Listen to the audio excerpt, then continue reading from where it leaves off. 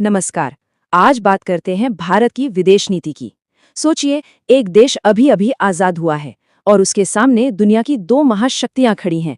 दोनों कह रही हैं, हमारी टीम में आ जाओ। ये कहानी है भारत की, जिसने कहा नहीं, हम अपना रास्ता खुद बनाएंगे। तो माहौल कुछ ऐसा था। भारत को आजादी मिली और दुनिया पूरी तरह से दो खेमों में बटी हुई थी। एक तरफ था अमेरिका और उसका गुट, दूसरी तरफ सोवियत संघ और उसका। तो सवाल बड़ा सीधा था, भारत किधर जाएगा? अमेरिका के साथ, सोवियत संघ के साथ, या फिर कोई तीसरा ही रास्ता चुनेगा? अब देखिए, इतने बड़े सवाल का जवाब देने के लिए पहले अपने उसूल तय करने पड़ते हैं। तो भारत ने भी यही किया। सबसे पहले अपनी विदेश नीति की नींव रखी। चलिए देखते हैं कि वो कौन से बुनियादी सिद्धांत थे। उस वक्त प्रधानमंत्री नेहरू के दिमाग में 3 चीजें बिल्कुल साफ थीं। पहला, जो आज़ादी इतनी मुश्किल से मिली है, उसे किसी भी हालत में बचा कर रखना है। दूसरा, देश की जो नई नई सीमाएं बनी हैं, उनकी हिफाजत करनी है। और तीसरा, और शायद सबसे जरूरी, देश की करोड़ों जनता के लिए तेजी से आर्थिक तरक्की करनी है। बस इन्हीं 3 लक्ष्यों पर भारत की पूरी फॉरेन पॉलिसी टिकी थी। और इन सब में जो सबसे जरूरी चीज थी, वो थी संप्रभुता, सॉवरेनिटी। इसका मतलब क्या है? मतलब सीधा सा है कि भारत अपने फैसले खुद लेगा। कोई बाहरी ताकत, चाहे वो अमेरिका हो या सोवियत संघ, हमें ये नहीं बताएगी कि हमें क्या करना है। ये एक तरह से भारत की आजाद पहचान का ऐलान था पूरी दुनिया के सामने। और ये बातें सिर्फ कहने के लिए नहीं थी। शांति और आज़ादी के इन उसूलों को बाकायदा हमारे संविधान का हिस्सा बनाया गया। कॉन्स्टिट्यूशन का आर्टिकल 51 साफ साफ कहता है कि भारत हमेशा दुनिया में अमन और सुरक्षा को बढ़ावा देने का काम करेगा। ठीक है, सिद्धांत तो तय हो गए, लेकिन उस बटी हुई दुनिया में भारत ने अपना रास्ता निकाला कैसे? यहीं से एंट्री होती है एक बहुत ही दिलचस्प कॉन्सेप्ट की, गुट निरपेक्षता, यानी नॉन अलाइनमेंट। देखिए, उस वक्त दुनिया का नक्शा कैसा था? समझ लीजिए 2 टीमें थीं। एक टीम का कप्तान था अमेरिका, जिसका नाम था नेटो। दूसरी टीम का कप्तान था सोवियत संघ, जिसका नाम था वार्सो पैक्ट। और दोनों ही टीमें जबरदस्त पावरफुल थीं। दोनों के पास एटम बम थे और दोनों की नजर भारत पर थी कि हमारी तरफ आ जाए। तो भारत का जवाब क्या था? गुट निरपेक्षता। अब इसका मतलब ये बिल्कुल नहीं था कि भारत दुनिया से कटकर अलग थलग बैठ जाएगा। नहीं, इसका मतलब था कि हम किसी भी मिलिट्री ग्रुप का हिस्सा नहीं बनेंगे। हम दोनों से दोस्ती रखेंगे, लेकिन अपनी शर्तों पर। हर मुद्दे पर जो सही लगेगा वो बोलेंगे, बिना किसी के दबाव के। इस पूरे आइडिया का जो बीज था, वो 1955 में इंडोनेशिया के बांडुंग कॉन्फ्रेंस में बोया गया था। ये एक ऐतिहासिक पल था। क्यों? क्योंकि पहली बार एशिया और अफ्रीका के वो देश जो अभी अभी गुलाम से आजाद हुए थे, एक साथ एक मंच पर आए और उन्होंने दुनिया की बड़ी ताकतों को एक मैसेज दिया कि अब हम भी हैं और हम अपने फैसले खुद लेंगे। लेकिन आप जानते हैं, आदर्श और हकीकत में अक्सर फर्क होता है। भारत की विदेश नीति को भी इसका सामना करना पड़ा, और इसका सबसे बड़ा उदाहरण है भारत चीन के रिश्ते। एक ऐसी कहानी जो दोस्ती के उम्मीद से शुरू हुई, लेकिन भरोसे के टूटने पर जाके खत्म हुई। शुरुआती सालों में तो भारत और चीन के बीच जबरदस्त दोस्ती थी। वो हिंदी चीनी भाई भाई का नारा तो सबको याद ही होगा। ये सिर्फ एक नारा नहीं था, ये उस वक्त की फीलिंग थी। दोनों देश गुलामी से निकले थे, तो एक उम्मीद थी कि ये दोनों मिलकर एशिया की एक नई तकदीर लिखेंगे। और इसी दोस्ती को एक ऑफिशियल शक्ल देने के लिए 1954 में साइन हुआ पंचशील समझौता। इसमें शांति से साथ रहने के 5 सिद्धांत थे। आसान भाषा में कहें तो ये एक वादा था कि भाई हम दोनों एक दूसरे की सीमाओं की इज्जत करेंगे और एक दूसरे के अंदरूनी मामलों में कोई दखलंदाजी नहीं करेंगे। लेकिन अफसोस, ये दोस्ती लंबी नहीं चली। कहानी में ट्विस्ट आया 1950 में, जब चीन ने तिब्बत पर कब्जा कर लिया। अब तक तिब्बत भारत और चीन के बीच एक बफर स्टेट था, वो खत्म हो गया। फिर 1959 में जब दलाई लामा को भारत ने शरण दी, तो चीन को ये बात बिल्कुल पसंद नहीं आई। और बस इन्हीं सब तनावों का नतीजा था 1962 का युद्ध। एक ऐसा युद्ध जिसने भारत को एक बड़ा झटका दिया और रिश्तों में एक ऐसी दरार डाल दी जो आज तक नहीं भर पाई है।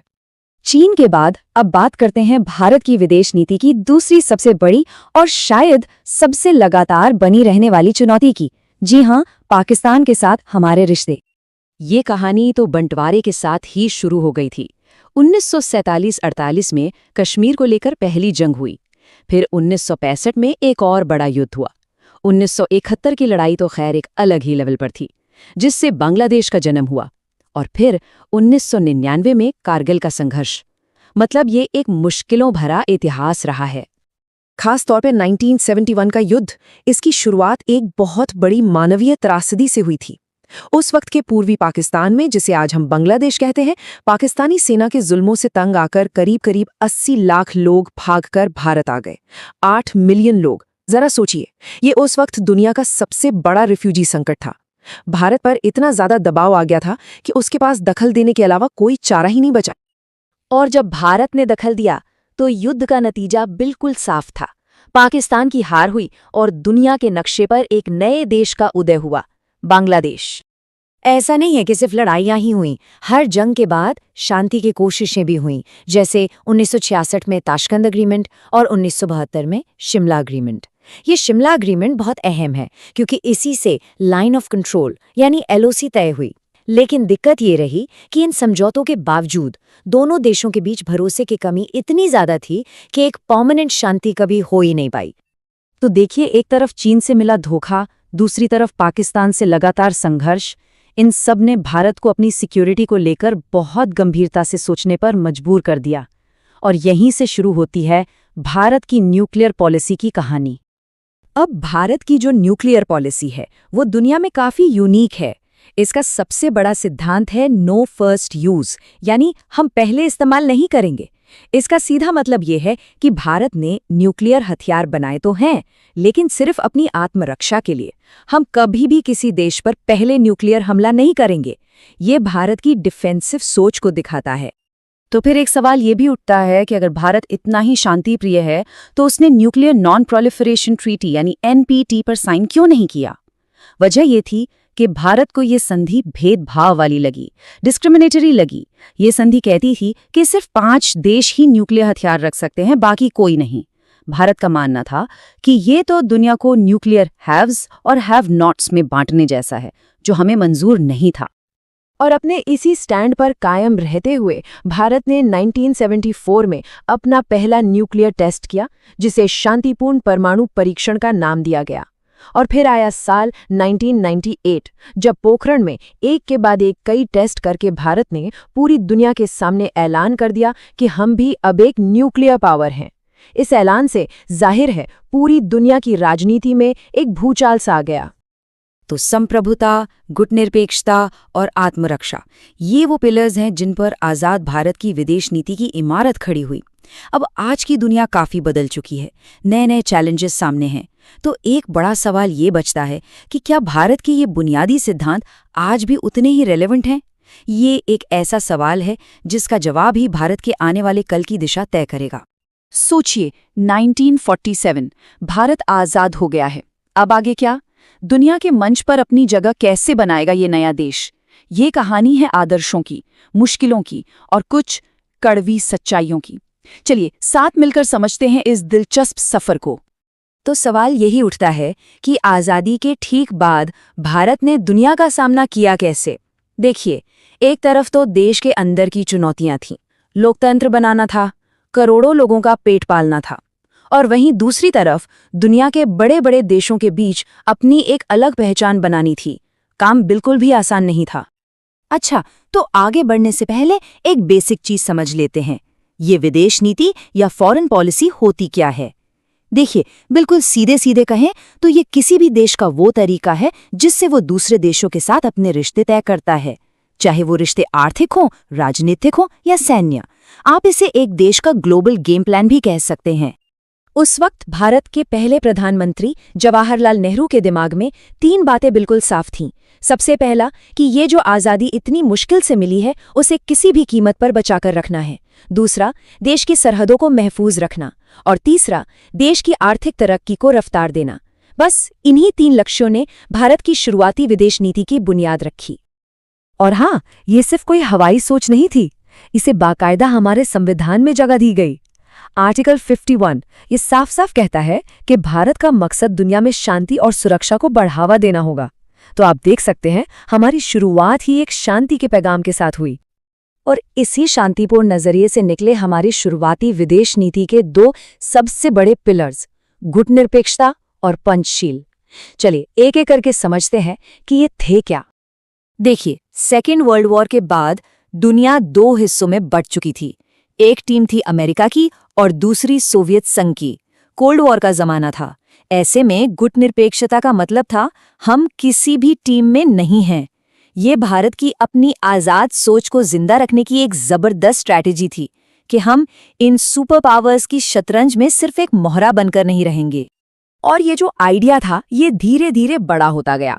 1961 में बेलग्रेड में एक कॉन्फ्रेंस हुई और वहां पर नॉन अलाइंड मूवमेंट यानी गुटनिरपेक्ष आंदोलन की ऑफिशियल शुरुआत हो गई। अब ये सिर्फ भारत की पॉलिसी नहीं रह गई थी, बल्कि दुनिया के कई नए नए आज़ाद देशों की आवाज बन चुकी थी।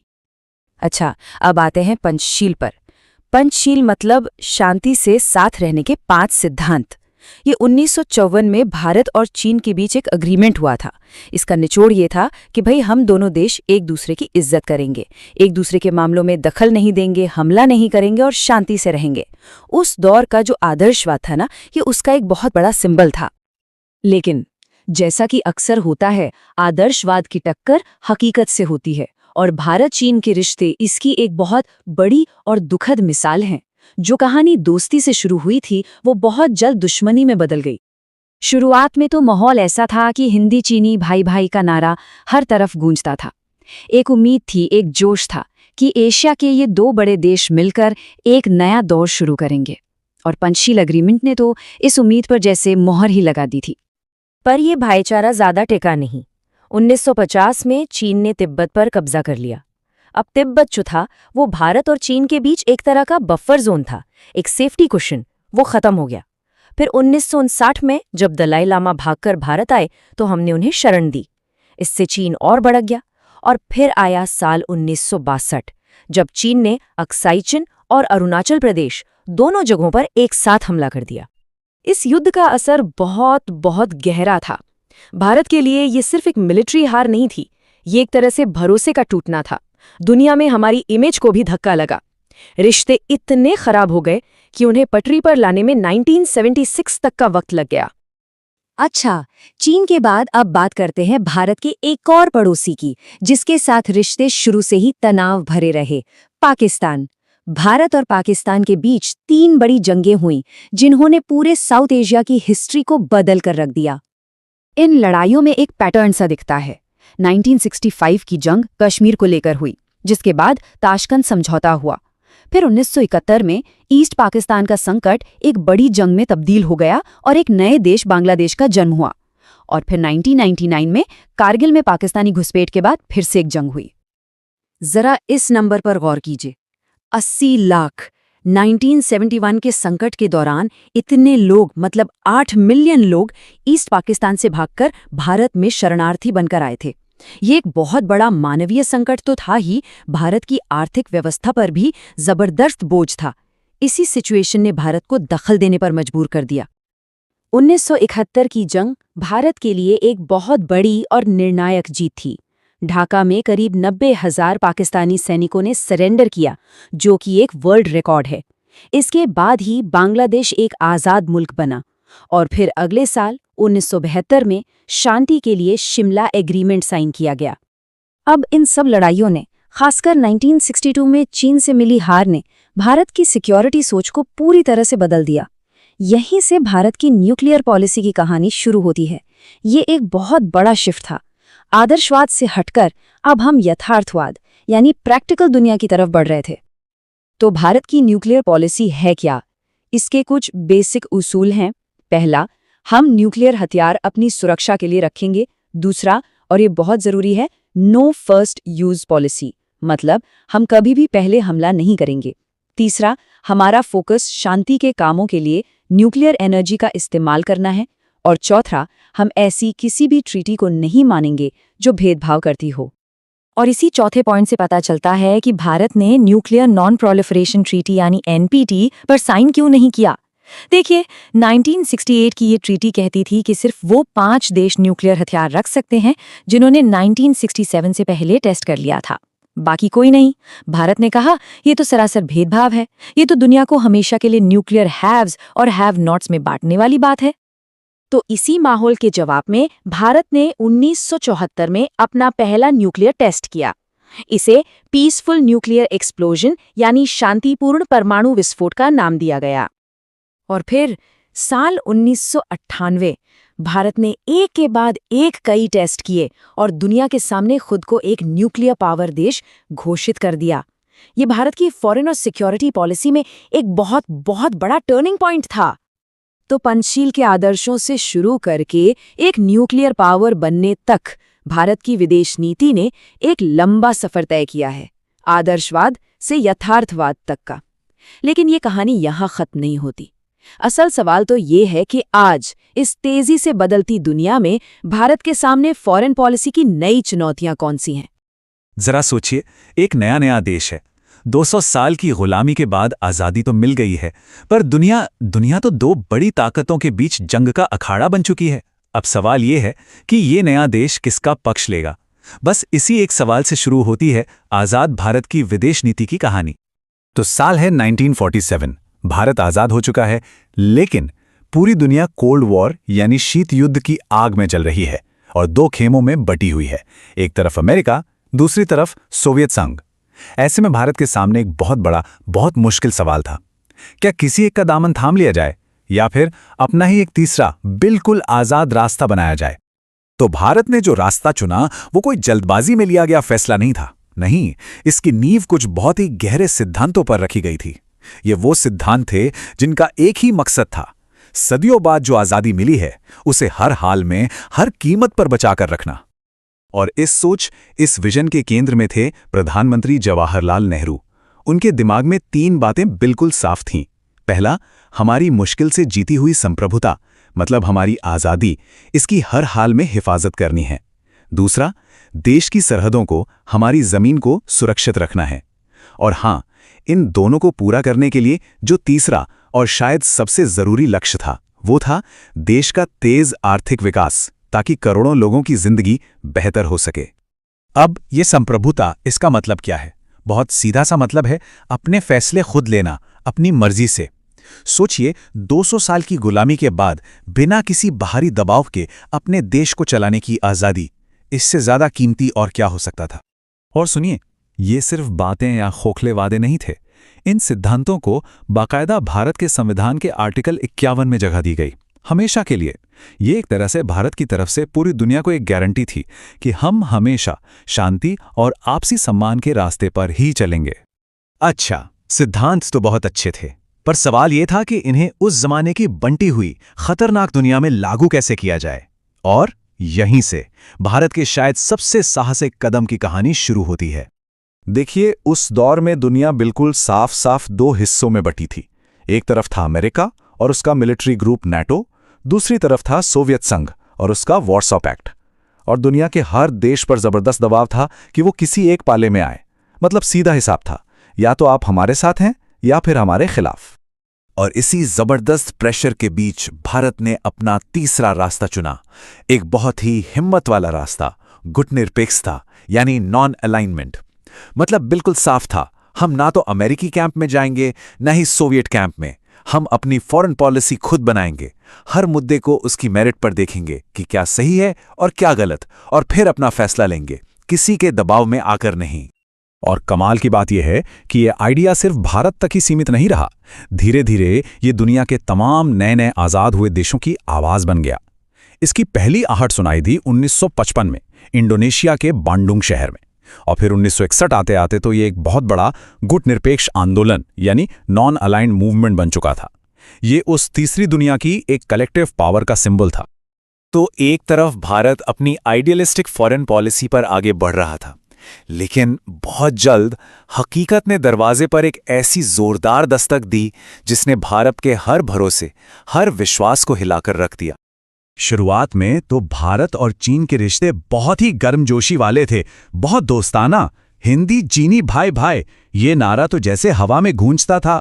हर किसी को यही लगता था कि एशिया की ये 2 महान सभ्यताएं, ये 2 बड़ी शक्तियां मिलकर एक नया भविष्य लिखेंगी। और इस दोस्ती को और पक्का करने के लिए 1954 में पंचशील समझौता भी हुआ। शांति से एक दूसरे के साथ रहने के 5 सिद्धांत। इन पर नेहरू और चीन के प्रीमियर चाओ एन लाई ने दस्तखत किए। ये उस रिश्ते का शायद सबसे सुनहरा दौर था, पर यह दोस्ती की बुलंदी ज्यादा दिनों तक टिकने वाली नहीं थी।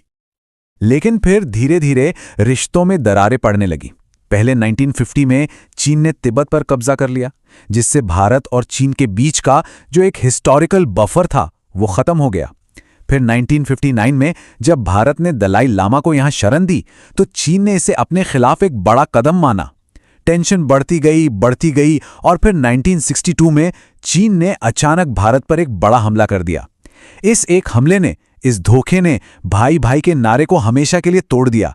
ये भारत के आदर्शवाद पर एक बहुत बहुत गहरा जख्म था। चीन से मिले इस झटके के साथ साथ एक और चुनौती थी जो शुरू से ही भारत की विदेश नीति को शक्ल दे रही थी। ये एक ऐसा संघर्ष था जो बंटवारे के जख्मों से पैदा हुआ था। पाकिस्तान के साथ हमारे रिश्ते। बंटवारे के फौरन बाद ही कश्मीर को लेकर जो टकराव शुरू हुआ वो जल्दी ही एक जंग में बदल गया। 1947-48 के बाद 1965 में, फिर 1971 में और उसके बाद 1999 में कारगिल में बड़े युद्ध हुए। और इस लगातार चले आ रहे टकराव ने सिर्फ भारत पाकिस्तान ही नहीं बल्कि पूरे दक्षिण एशिया के भविष्य पर अपनी एक गहरी छाप छोड़ी।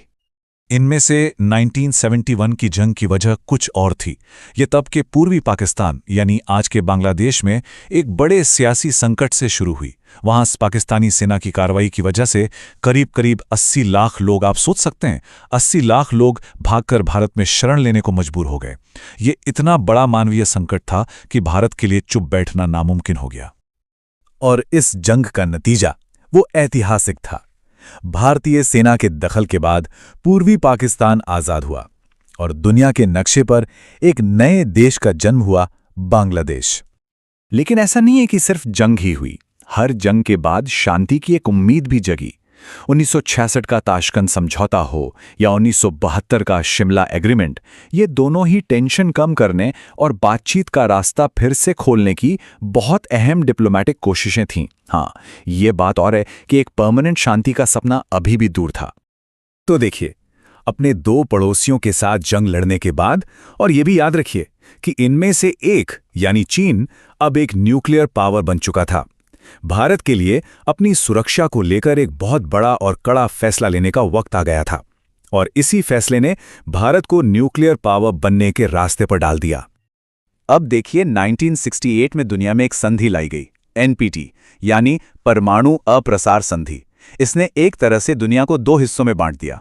एक तरफ वो 5 देश जिन्हें न्यूक्लियर हथियार रखने की इजाजत थी और दूसरी तरफ बाकी पूरी दुनिया जिसे ये इजाजत नहीं थी। भारत ने इसे सरासर भेदभाव माना। इसे न्यूक्लियर अपार्थाइड या परमाणु रंग भेद कहा और इस पर साइन करने से साफ मना कर दिया। लेकिन भारत ने अपनी न्यूक्लियर पॉलिसी के सिद्धांत बिल्कुल साफ रखे। पहला, हमारे न्यूक्लियर हथियार सिर्फ और सिर्फ अपनी आत्मरक्षा के लिए हैं। दूसरा, और ये बहुत जरूरी है, हमारी नो फर्स्ट यूज की पॉलिसी है, यानी हम कभी भी पहले हमला नहीं करेंगे। तीसरा, हम न्यूक्लियर एनर्जी का इस्तेमाल बिजली बनाने जैसे शांतिपूर्ण कामों के लिए करेंगे। और चौथा, हम आज भी पूरी दुनिया से परमाणु हथियारों के खात्मे की वकालत करते हैं। तो अपनी इस नीति को और अपनी क्षमता को दुनिया के सामने रखने के लिए भारत ने परमाणु परीक्षण किए। पहला टेस्ट हुआ 1974 में, जिसे शांतिपूर्ण परमाणु विस्फोट का नाम दिया गया। इसके बाद 1998 में कई और टेस्ट हुए, जिसने दुनिया को यह साफ साफ बता दिया कि भारत अब एक डिक्लेयर्ड न्यूक्लियर पावर है। हाँ, इन टेस्ट के बाद भारत पर बहुत सारी पाबंदियां भी लगीं, पर भारत ने अपनी आज़ादी और अपनी सुरक्षा को सबसे ऊपर रखा। तो संप्रभुता, अखंडता और शांतिपूर्ण सह अस्तित्व, ये वो सिद्धांत हैं जो आज़ादी के वक्त तय किए गए थे और आज भी भारत की विदेश नीति की आत्मा है। लेकिन असली सवाल यह है कि आज की इस बदलती दुनिया में, जहां चुनौतियां नई हैं, ग्लोबल इक्वेशंस रोज बदल रहे हैं, क्या ये पुराने सिद्धांत आज भी भारत को आगे का रास्ता दिखाने के लिए काफी हैं? ये एक ऐसा सवाल है जिस पर सोचना बहुत जरूरी है। चलिए एक कल्पना करते हैं।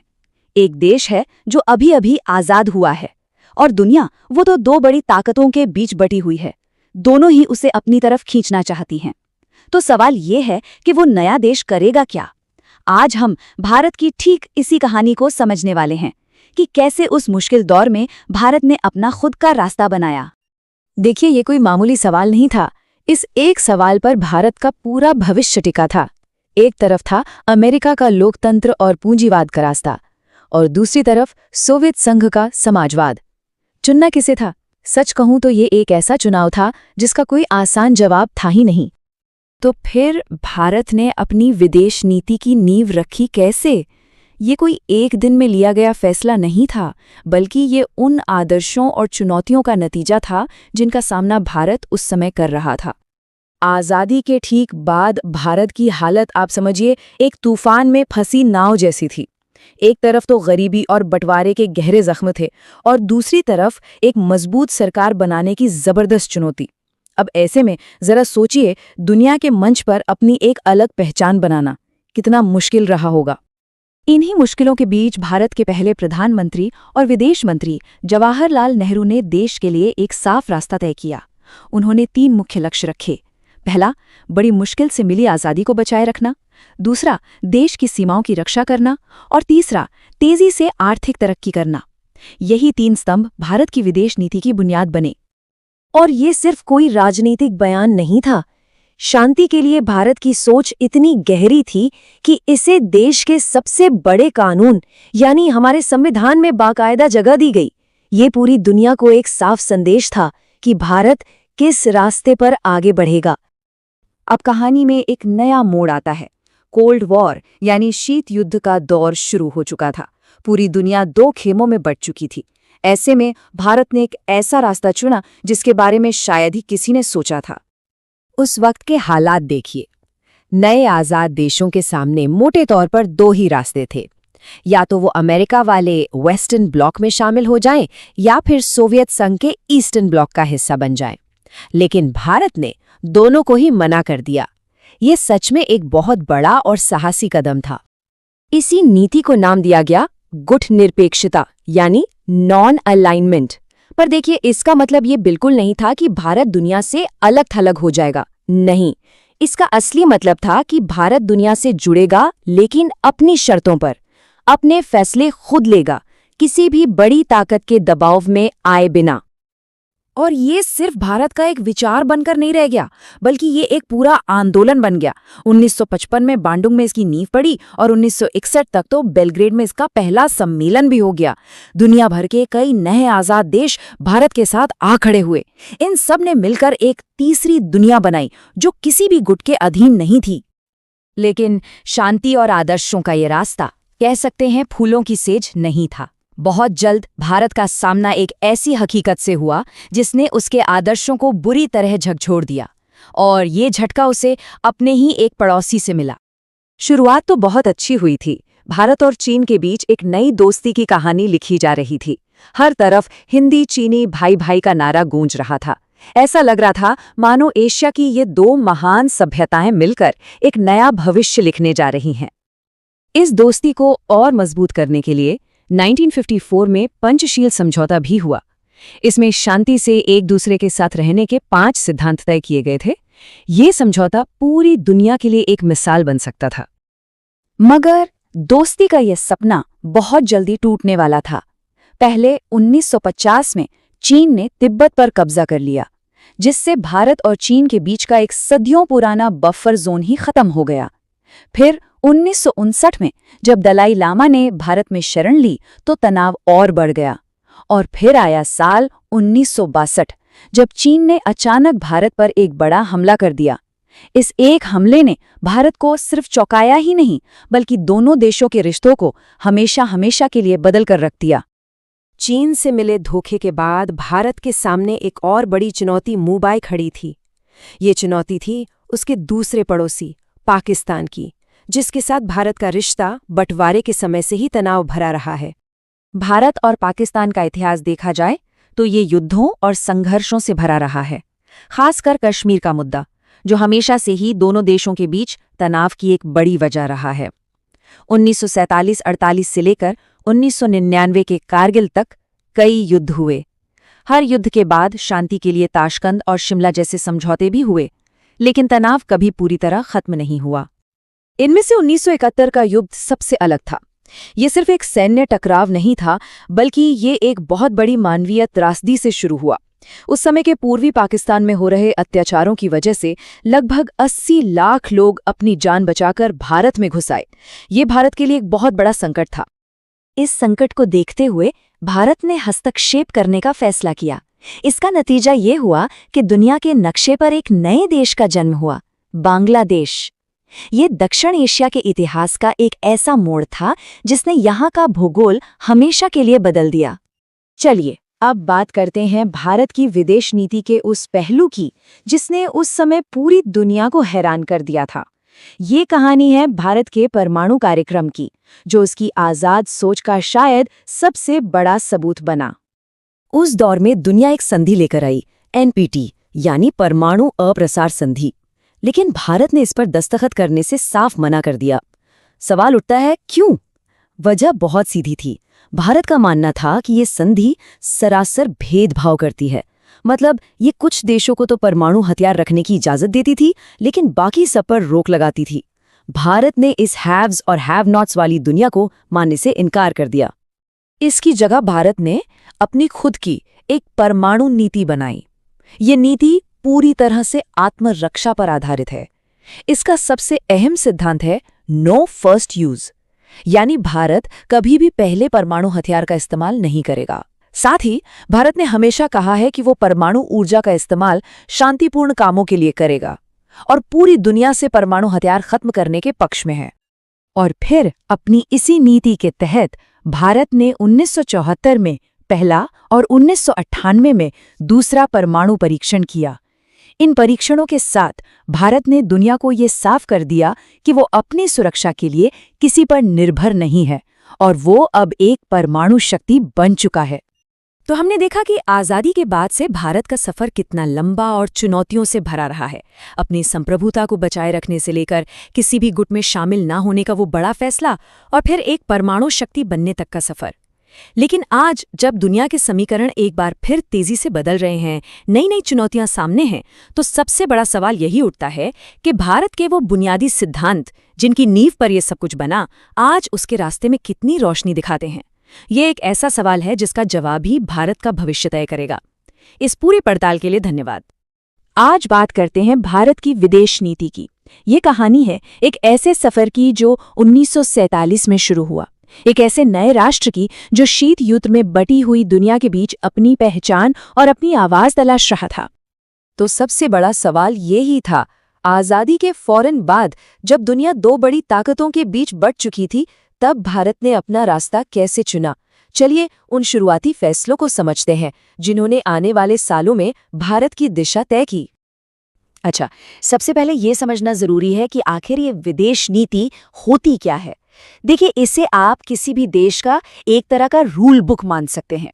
यही तय करता है कि वो देश दुनिया के बाकी देशों के साथ कैसे रिश्ते रखेगा, चाहे वो व्यापार हो, दोस्ती हो या फिर सुरक्षा के मामले हों। तो चलिए कहानी की शुरुआत में चलते हैं, देखते हैं कि एक नए नवेले राष्ट्र के तौर पर भारत के सामने उस वक्त कौन सी बड़ी चुनौतियां थीं और उसने अपने लिए क्या लक्ष्य बनाए। जरा सोच कर देखिए, भारत ने एक ऐसी दुनिया में आंखें खोलीं जो कोल्ड वॉर की वजह से दो खेमों में बटी हुई थी। ऐसे में भारत पर एक साथ दोहरी जिम्मेदारी थी। एक तरफ तो अपने नए लोकतंत्र को बचाना और दूसरी तरफ करोड़ों लोगों की गरीबी दूर करना। उस वक्त प्रधानमंत्री जवाहरलाल नेहरू ने 3 बिल्कुल साफ लक्ष्य रखे जो भारत के लिए सबसे जरूरी थे। पहला, बड़ी मुश्किल से मिली अपनी संप्रभुता, यानी अपने फैसले खुद लेने की आज़ादी की हर कीमत पर रक्षा करना। दूसरा, देश की सीमाओं को सुरक्षित रखना। और तीसरा, तेजी से आर्थिक विकास करना ताकि देश तरक्की कर सके। अब इन लक्ष्यों को पाना था, लेकिन कैसे? यहीं पर भारत ने दुनिया को 2 अनोखे रास्ते दिखाए ताकि वो किसी भी महाशक्ति के पीछे ना चलें। ये थे गुट निरपेक्षता और पंचशील। ये कोल्ड वॉर के दबाव का भारत का अपना जवाब था। गुट निरपेक्षता का मतलब एकदम साफ था, हम किसी के पाले में नहीं हैं। जब पूरी दुनिया पर अमेरिका या सोवियत संघ में से किसी एक को चुनने का दबाव था, तब भारत ने कहा कि वो अपना रास्ता खुद बनाएगा। और इसी सोच के साथ 1961 में बेलग्रेड में पहला गुट निरपेक्ष शिखर सम्मेलन भी हुआ। इसके बाद आया पंचशील समझौता। साल था 1954, जब भारत और चीन ने शांतिपूर्ण सहअस्तित्व के 5 सिद्धांतों पर हामी भरी। इसका सीधा सा मतलब ये था कि दोनों देश एक दूसरे की सीमाओं का सम्मान करेंगे, एक दूसरे पर हमला नहीं करेंगे और किसी के भी अंदरूनी मामलों में दखल नहीं देंगे। ये एशिया में शांति की एक नई उम्मीद जैसा था। लेकिन जैसा कि अक्सर होता है, शांति और दोस्ती के ये वादे ज्यादा दिन तक टिक नहीं पाए। चलिए देखते हैं कि कैसे भारत और चीन के रिश्ते दोस्ती की बुलंदियों से दुश्मनी की गहराइयों में जा गिरे। शुरुआत में तो दोस्ती का माहौल जबरदस्त था। हिंदी चीनी भाई भाई का नारा हर तरफ गूंज रहा था। ये सिर्फ एक नारा नहीं था, बल्कि 2 बड़े एशियाई देशों के बीच एक नई सुबह की उम्मीद का प्रतीक था। पर जल्द ही रिश्तों में दरारें पड़ने लगी। 1950 में चीन ने तिब्बत पर कब्जा कर लिया, जिससे भारत की सीमा सीधे चीन से जा लगी। फिर 1959 में जब भारत ने दलाई लामा को शरण दी, तो चीन इसे अपने अंदरूनी मामले में दखल मानने लगा। और इन सब तनावों का नतीजा 1962 में एक बड़े युद्ध के रूप में सामने आया। तो अगर हम देखें तो इस युद्ध की जड़ में 3 बड़े मुद्दे थे: तिब्बत पर चीन का कब्जा और दलाई लामा का भारत आना, लद्दाख के अक्साई चिन इलाके पर चीन का दावा और अरुणाचल प्रदेश के एक बड़े हिस्से पर चीन की नज़र। अब चीन के बाद रुख करते हैं भारत के दूसरे पड़ोसी की तरफ, पाकिस्तान। एक ऐसा रिश्ता जिसकी कहानी 3 बड़े युद्धों के साए में लिखी गई। बंटवारे के जख्मों के साथ ही दोनों देशों के बीच तनाव शुरू हो गया था। कश्मीर का मुद्दा हमेशा से केंद्र में रहा और इसी तनाव में 3 बड़े युद्धों को जन्म दिया: 1965 में, 1971 में और फिर 1999 में। 1965 का युद्ध पाकिस्तान ने शुरू किया था, जो बिना किसी खास नतीजे के खत्म हुआ। इसके बाद सोवियत संघ ने बीच बचाव किया और ताशकंद समझौता हुआ। अब ये जो आंकड़ा है ना 80 लाख, ये सिर्फ एक नंबर नहीं है। 1971 में उस वक्त के पूर्वी पाकिस्तान में संकट की वजह से करीब 80 लाख लोगों ने भारत में शरण ली। ये एक बहुत बड़ा मानवीय संकट था, जिसका पूरा बोझ भारत पर आ पड़ा। इस मानवीय संकट को देखते हुए भारत ने हस्तक्षेप किया और नतीजा ऐतिहासिक था। 90,000 पाकिस्तानी सैनिकों ने आत्मसमर्पण किया और दुनिया के नक्शे पर एक नए देश बांग्लादेश का जन्म हुआ। इसके बाद शांति के लिए शिमला में एक समझौता भी हुआ। और फिर आया साल 1999, कारगिल की वो ऊंची बर्फीली चोटियां जहां एक और युद्ध लड़ा गया। भारतीय सेना ने घुसपैठियों को खदेड़कर एक बेहद मुश्किल जीत हासिल की। 26 जुलाई को मिली इसी जीत को आज हम सब कारगिल विजय दिवस के रूप में याद करते हैं। अब देखिए, चीन और पाकिस्तान के साथ बार बार हुए इन युद्धों ने भारत को अपनी सुरक्षा नीति पर फिर से और बहुत गहराई से सोचने के लिए मजबूर कर दिया। इसी माहौल में भारत ने परमाणु शक्ति बनने का फैसला किया। चलिए इस अहम मोड़ को समझते हैं। 1968 में एक संधि आई जिसे NPT यानी परमाणु अप्रसार संधि कहते हैं। अब इसकी शर्त बड़ी अजीब थी। शर्त ये थी कि सिर्फ वही देश परमाणु शक्ति रख सकते हैं जिन्होंने 1967 से पहले परीक्षण कर लिया हो। भारत ने इसका कड़ा विरोध किया। उसका कहना था कि यह संधि भेदभाव करती है और कुछ देशों को खास दर्जा देती है। इसी भेदभाव वाली संधि के जवाब में भारत ने 1974 में अपना पहला परमाणु परीक्षण किया। भारत ने इसे शांतिपूर्ण परमाणु विस्फोट का नाम दिया, लेकिन इस एक कदम ने दुनिया को हैरान करके रख दिया। और फिर 1998 में भारत ने दुनिया को ये दिखा दिया कि वो रुकने वाला नहीं है।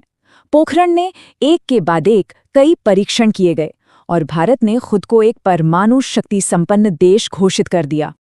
तो आज भारत की परमाणु नीति 3 बड़े सिद्धांतों पर टिकी है। पहला, अपने पास कम से कम इतने परमाणु हथियार रखना कि कोई हमला करने की हिम्मत न करे।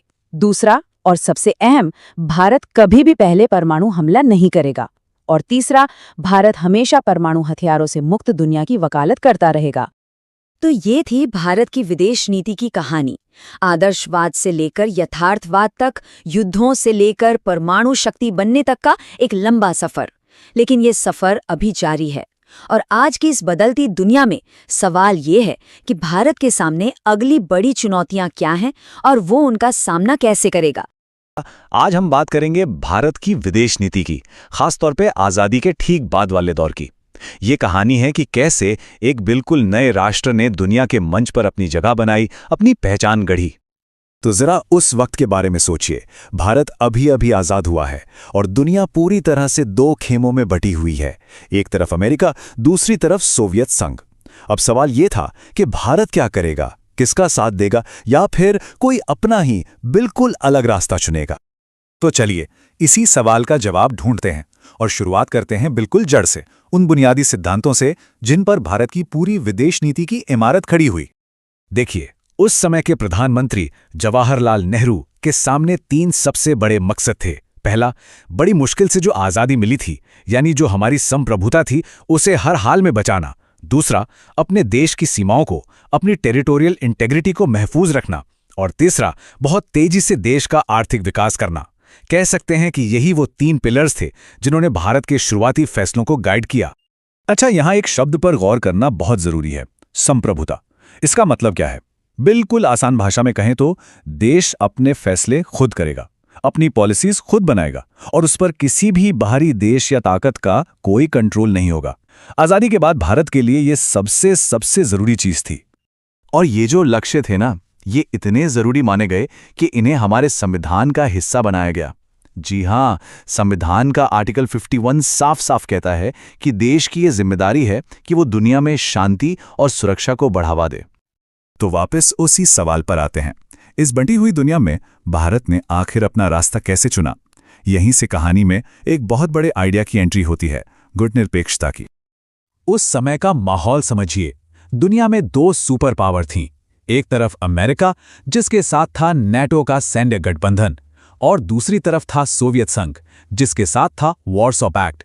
मतलब दुनिया साफ साफ 2 टीमों में बंटी हुई थी और दोनों एक दूसरे के खिलाफ थीं। तो इस माहौल में भारत का जवाब क्या था? नॉन अलाइनमेंट, यानी गुटनिरपेक्षता। और यकीन मानिए, उस समय ये एक बहुत ही बोल्ड, एक रेवोल्यूशनरी आइडिया था। इसका सीधा मतलब था कि हम इस कोल्ड वॉर में किसी भी टीम का हिस्सा नहीं बनेंगे, ना अमेरिका के साथ, ना सोवियत संघ के साथ। हम आज़ाद रहेंगे, स्वतंत्र रहेंगे और अपने फैसले खुद करेंगे। और इस सोच की, इस आंदोलन की नींव पड़ी थी 1955 में। इंडोनेशिया के बंडुंग शहर में एक कॉन्फ्रेंस हुई थी, जहां एशिया और अफ्रीका के कई नए आज़ाद हुए देश एक साथ आए थे। लेकिन देखिए, आदर्श और हकीकत में अक्सर फर्क होता है, और इसका सबसे बड़ा उदाहरण हमें भारत-चीन के रिश्तों में देखने को मिलता है। ये एक ऐसी कहानी है जो दोस्ती से शुरू हुई और एक टूटे हुए भरोसे पे जाके खत्म हुई। शुरुआती दिनों में तो माहौल बहुत अच्छा था। हर तरफ हिंदी चीनी भाई भाई का नारा गूंज रहा था। एक उम्मीद थी कि एशिया की ये 2 महान सभ्यताएं, ये 2 बड़ी ताकतें मिलकर एक नया भविष्य लिखेंगी। और इसी दोस्ती की बुनियाद पर 1954 में हुआ पंचशील समझौता। इसमें 5 सिद्धांत थे, जैसे कि एक दूसरे की संप्रभुता और सीमाओं का सम्मान करना, एक दूसरे पर हमला न करना और शांति के साथ मिलकर रहना। पर धीरे धीरे हालात बदलने लगे। 1950 में चीन ने तिब्बत पर कब्जा कर लिया, जिससे भारत और चीन के बीच का जो एक बफर था वो खत्म हो गया। फिर 1959 में जब दलाई लामा तिब्बत से भागकर भारत आए, तो भारत ने उन्हें राजनीतिक शरण दी। चीन को यह बात बिल्कुल पसंद नहीं आई। और फिर आया साल 1962, जब चीन ने अचानक अक्साई चिन और अरुणाचल प्रदेश, जिसे तब नेफा कहते थे, उस पर एक बड़ा हमला कर दिया। इस युद्ध ने भारत को हिलाकर रख दिया और वो जो भाई भाई का सपना था वो हमेशा के लिए टूट गया। अच्छा, चीन के बाद अब बात करते हैं भारत की विदेश नीति की दूसरी सबसे बड़ी और शायद सबसे मुश्किल चुनौती की, यानी पाकिस्तान के साथ हमारे रिश्ते। ये एक ऐसा रिश्ता है जिसमें संघर्ष लगातार बना रहा। देखिए, बंटवारे के फौरन बाद 1947-48 में कश्मीर को लेकर पहला युद्ध हुआ। फिर 1965 में एक और बड़ी जंग छिड़ी। उसके बाद 1971 का वो ऐतिहासिक युद्ध जिससे बांग्लादेश का जन्म हुआ, और फिर 1999 में कारगिल का संघर्ष। ये युद्ध एक तरह से दोनों देशों के रिश्तों की कहानी बताते हैं। खास तौर पर 1971 का जो युद्ध था, उसकी जड़ में पूर्वी पाकिस्तान यानी आज के बांग्लादेश का एक बहुत बड़ा संकट था। वहां हो रहे दमन की वजह से लगभग 80 लाख, जी हां 8 मिलियन लोग रिफ्यूजी बनकर भारत आ गए थे। ये इतना बड़ा मानवीय संकट था कि भारत के पास इस मामले में दखल देने के अलावा कोई और चारा नहीं बचा था। और इस युद्ध का नतीजा क्या हुआ? दुनिया के नक्शे पर एक नए देश का उदय हुआ, बांग्लादेश। ऐसा नहीं है कि सिर्फ युद्ध ही हुए, शांति की कोशिशें भी हुईं। 1965 के युद्ध के बाद 1966 में ताशकंद समझौता हुआ और 1971 की जंग के बाद 1972 में शिमला समझौता, जिसमें लाइन ऑफ कंट्रोल यानी LOC तय की गई। तो चलिए अब इस कहानी के आखिरी और एक बहुत ही महत्वपूर्ण हिस्से पर आते हैं और ये देखते हैं कि कैसे भारत ने अपनी न्यूक्लियर पॉलिसी बनाई और दुनिया में एक बड़ी शक्ति के तौर पर अपनी जगह बनाई। भारत की न्यूक्लियर पॉलिसी कुछ बहुत ही साफ सिद्धांतों पर टिकी है। सबसे जरूरी सिद्धांत है, हमारे परमाणु हथियार सिर्फ और सिर्फ अपनी रक्षा के लिए हैं और हम कभी भी इनका इस्तेमाल पहले नहीं करेंगे। इसे कहते हैं नो फर्स्ट यूज पॉलिसी। इसके अलावा भारत हमेशा से न्यूक्लियर एनर्जी के शांतिपूर्ण इस्तेमाल और पूरी दुनिया से परमाणु हथियार खत्म करने के पक्ष में रहा है। अब एक बहुत बड़ा सवाल उठता है कि भारत ने न्यूक्लियर नॉन प्रोलिफरेशन ट्रीटी यानी NPT पर साइन क्यों नहीं किया। देखिए, NPT का कहना था कि सिर्फ वो 5 देश परमाणु हथियार रख सकते हैं जिन्होंने 1967 से पहले टेस्ट कर लिए थे। भारत ने कहा कि ये तो सरासर भेदभाव है। ये संधि दुनिया को 2 हिस्सों में बांटती है, कुछ जिनके पास परमाणु हथियार हैं और बाकी जिनके पास नहीं हो सकते। इसीलिए भारत ने इसे भेदभावपूर्ण माना और इसी सोच के साथ भारत ने 1974 में अपना पहला सफल परमाणु परीक्षण किया, जिसे पोखरण I के नाम से जाना जाता है। और फिर 1998 में पोखरण 2 के साथ भारत ने पूरी दुनिया के सामने खुद को एक न्यूक्लियर स्टेट घोषित कर दिया। तो आज़ादी से लेकर आज तक का ये सफ़र चुनौतियों, सिद्धांतों और बड़े फैसलों से भरा रहा है। आज जब दुनिया में नई तरह की चुनौतियां सामने आ रही हैं, तो एक सवाल सोचने पर मजबूर करता है कि भारत के वो शुरुआती सिद्धांत, वो बुनियाद आज के दौर में भारत का रास्ता किस तरह तय करती है। इस पर विचार जरूर कीजिएगा। आज हम बात करने वाले हैं भारत की विदेश नीति की कहानी के बारे में। सोचिए, एक नया देश जो अभी अभी आजाद हुआ है और दुनिया 2 हिस्सों में बटी हुई है। ऐसे में उसने अपना रास्ता कैसे बनाया होगा? चलिए इसी सफर को समझते हैं। तो सवाल यही उठता है कि 1947 में जब भारत आजाद हुआ तो उसके सामने चुनौतियां आखिर थीं क्या? वो कौन सी मुश्किलें थीं जिनसे उसे पार पाना था? देखिए, एक नए राष्ट्र के तौर पर भारत के सामने काम कोई छोटे मोटे नहीं थे। सबसे पहले तो अपने लोकतंत्र को बचाना था, उसे मजबूत करना था और साथ ही करोड़ों लोगों को गरीबी से बाहर निकालना था। और ये सब उस वक्त हो रहा था जब पूरी दुनिया 2 खेमों में बट चुकी थी, एक तरफ अमेरिका, दूसरी तरफ सोवियत संघ। तो ऐसे में भारत की विदेश नीति का सबसे बड़ा, सबसे जरूरी मकसद क्या था? सिर्फ एक चीज, अपनी संप्रभुता की रक्षा करना। मतलब वो आज़ादी जो बड़ी मुश्किल से मिली थी, उसे हर हाल में बचाए रखना, अपने फैसले खुद लेना, बिना किसी बाहरी दबाव के। तो सवाल ये है कि इस मुश्किल भरे माहौल में भारत को आगे ले जाने के लिए देश के पहले प्रधानमंत्री जवाहरलाल नेहरू ने आखिर क्या रास्ता चुना? उनकी रणनीति क्या थी? नेहरू की जो विदेश नीति थी, वो असल में 3 बहुत ही साफ और सीधी बातों पर आधारित थी। पहला, जो आज़ादी बड़ी मुश्किल से मिली है, उसे बचाकर रखना। दूसरा, देश की सीमाओं की, उसकी अखंडता की रक्षा करना। और तीसरा, देश का तेजी से आर्थिक विकास करना। और इन तीनों मकसदों को पूरा करने का जो रास्ता था, उसे नाम दिया गया गुटनिरपेक्षता। मतलब साफ था, हम ना तो अमेरिकी गुट में शामिल होंगे और ना ही सोवियत संघ के गुट में। हम अपना रास्ता खुद बनाएंगे। ये एक बहुत बड़ा रणनीतिक फैसला था। ये करना आसान नहीं था। समझिए कि 2 विशाल ताकतें एक दूसरे से दुश्मनी पाले बैठी हैं और आपको उनके बीच से होकर निकलना है। ये किसी रस्सी पर चलने जैसा था। और इसी सोच को 1955 के बांडुंग सम्मेलन में एक औपचारिक रूप दिया गया। इसी शांतिपूर्ण रास्ते का एक बहुत बड़ा उदाहरण था 1954 में चीन के साथ हुआ पंचशील समझौता। इसमें 5 सिद्धांत थे। हम एक दूसरे की संप्रभुता और अखंडता का सम्मान करेंगे, एक दूसरे पर हमला नहीं करेंगे, एक दूसरे के अंदरूनी मामलों में दखल नहीं देंगे, बराबरी और आपसी फायदे के लिए काम करेंगे और शांति से साथ साथ रहेंगे। लेकिन ये जो आदर्शों पर बनी विदेश नीति थी, इसकी बहुत जल्द एक बड़ी और कड़वी परीक्षा होने वाली थी। और ये परीक्षा हुई हमारी उत्तरी सीमा पर। शुरुआत में तो भारत और चीन के रिश्ते बहुत अच्छे थे। एक मशहूर नारा भी था, हिंदी चीनी भाई भाई। माहौल में काफी उम्मीद और आशा थी। लेकिन फिर चीजें तेजी से बदलने लगी। 1950 में चीन ने तिब्बत पर कब्जा कर लिया, जिससे भारत और चीन के बीच का एक बफर जोन खत्म हो गया। फिर 1959 में जब दलाई लामा वहां से भागकर भारत आए तो भारत ने उन्हें शरण दी, जो चीन को पसंद नहीं आया।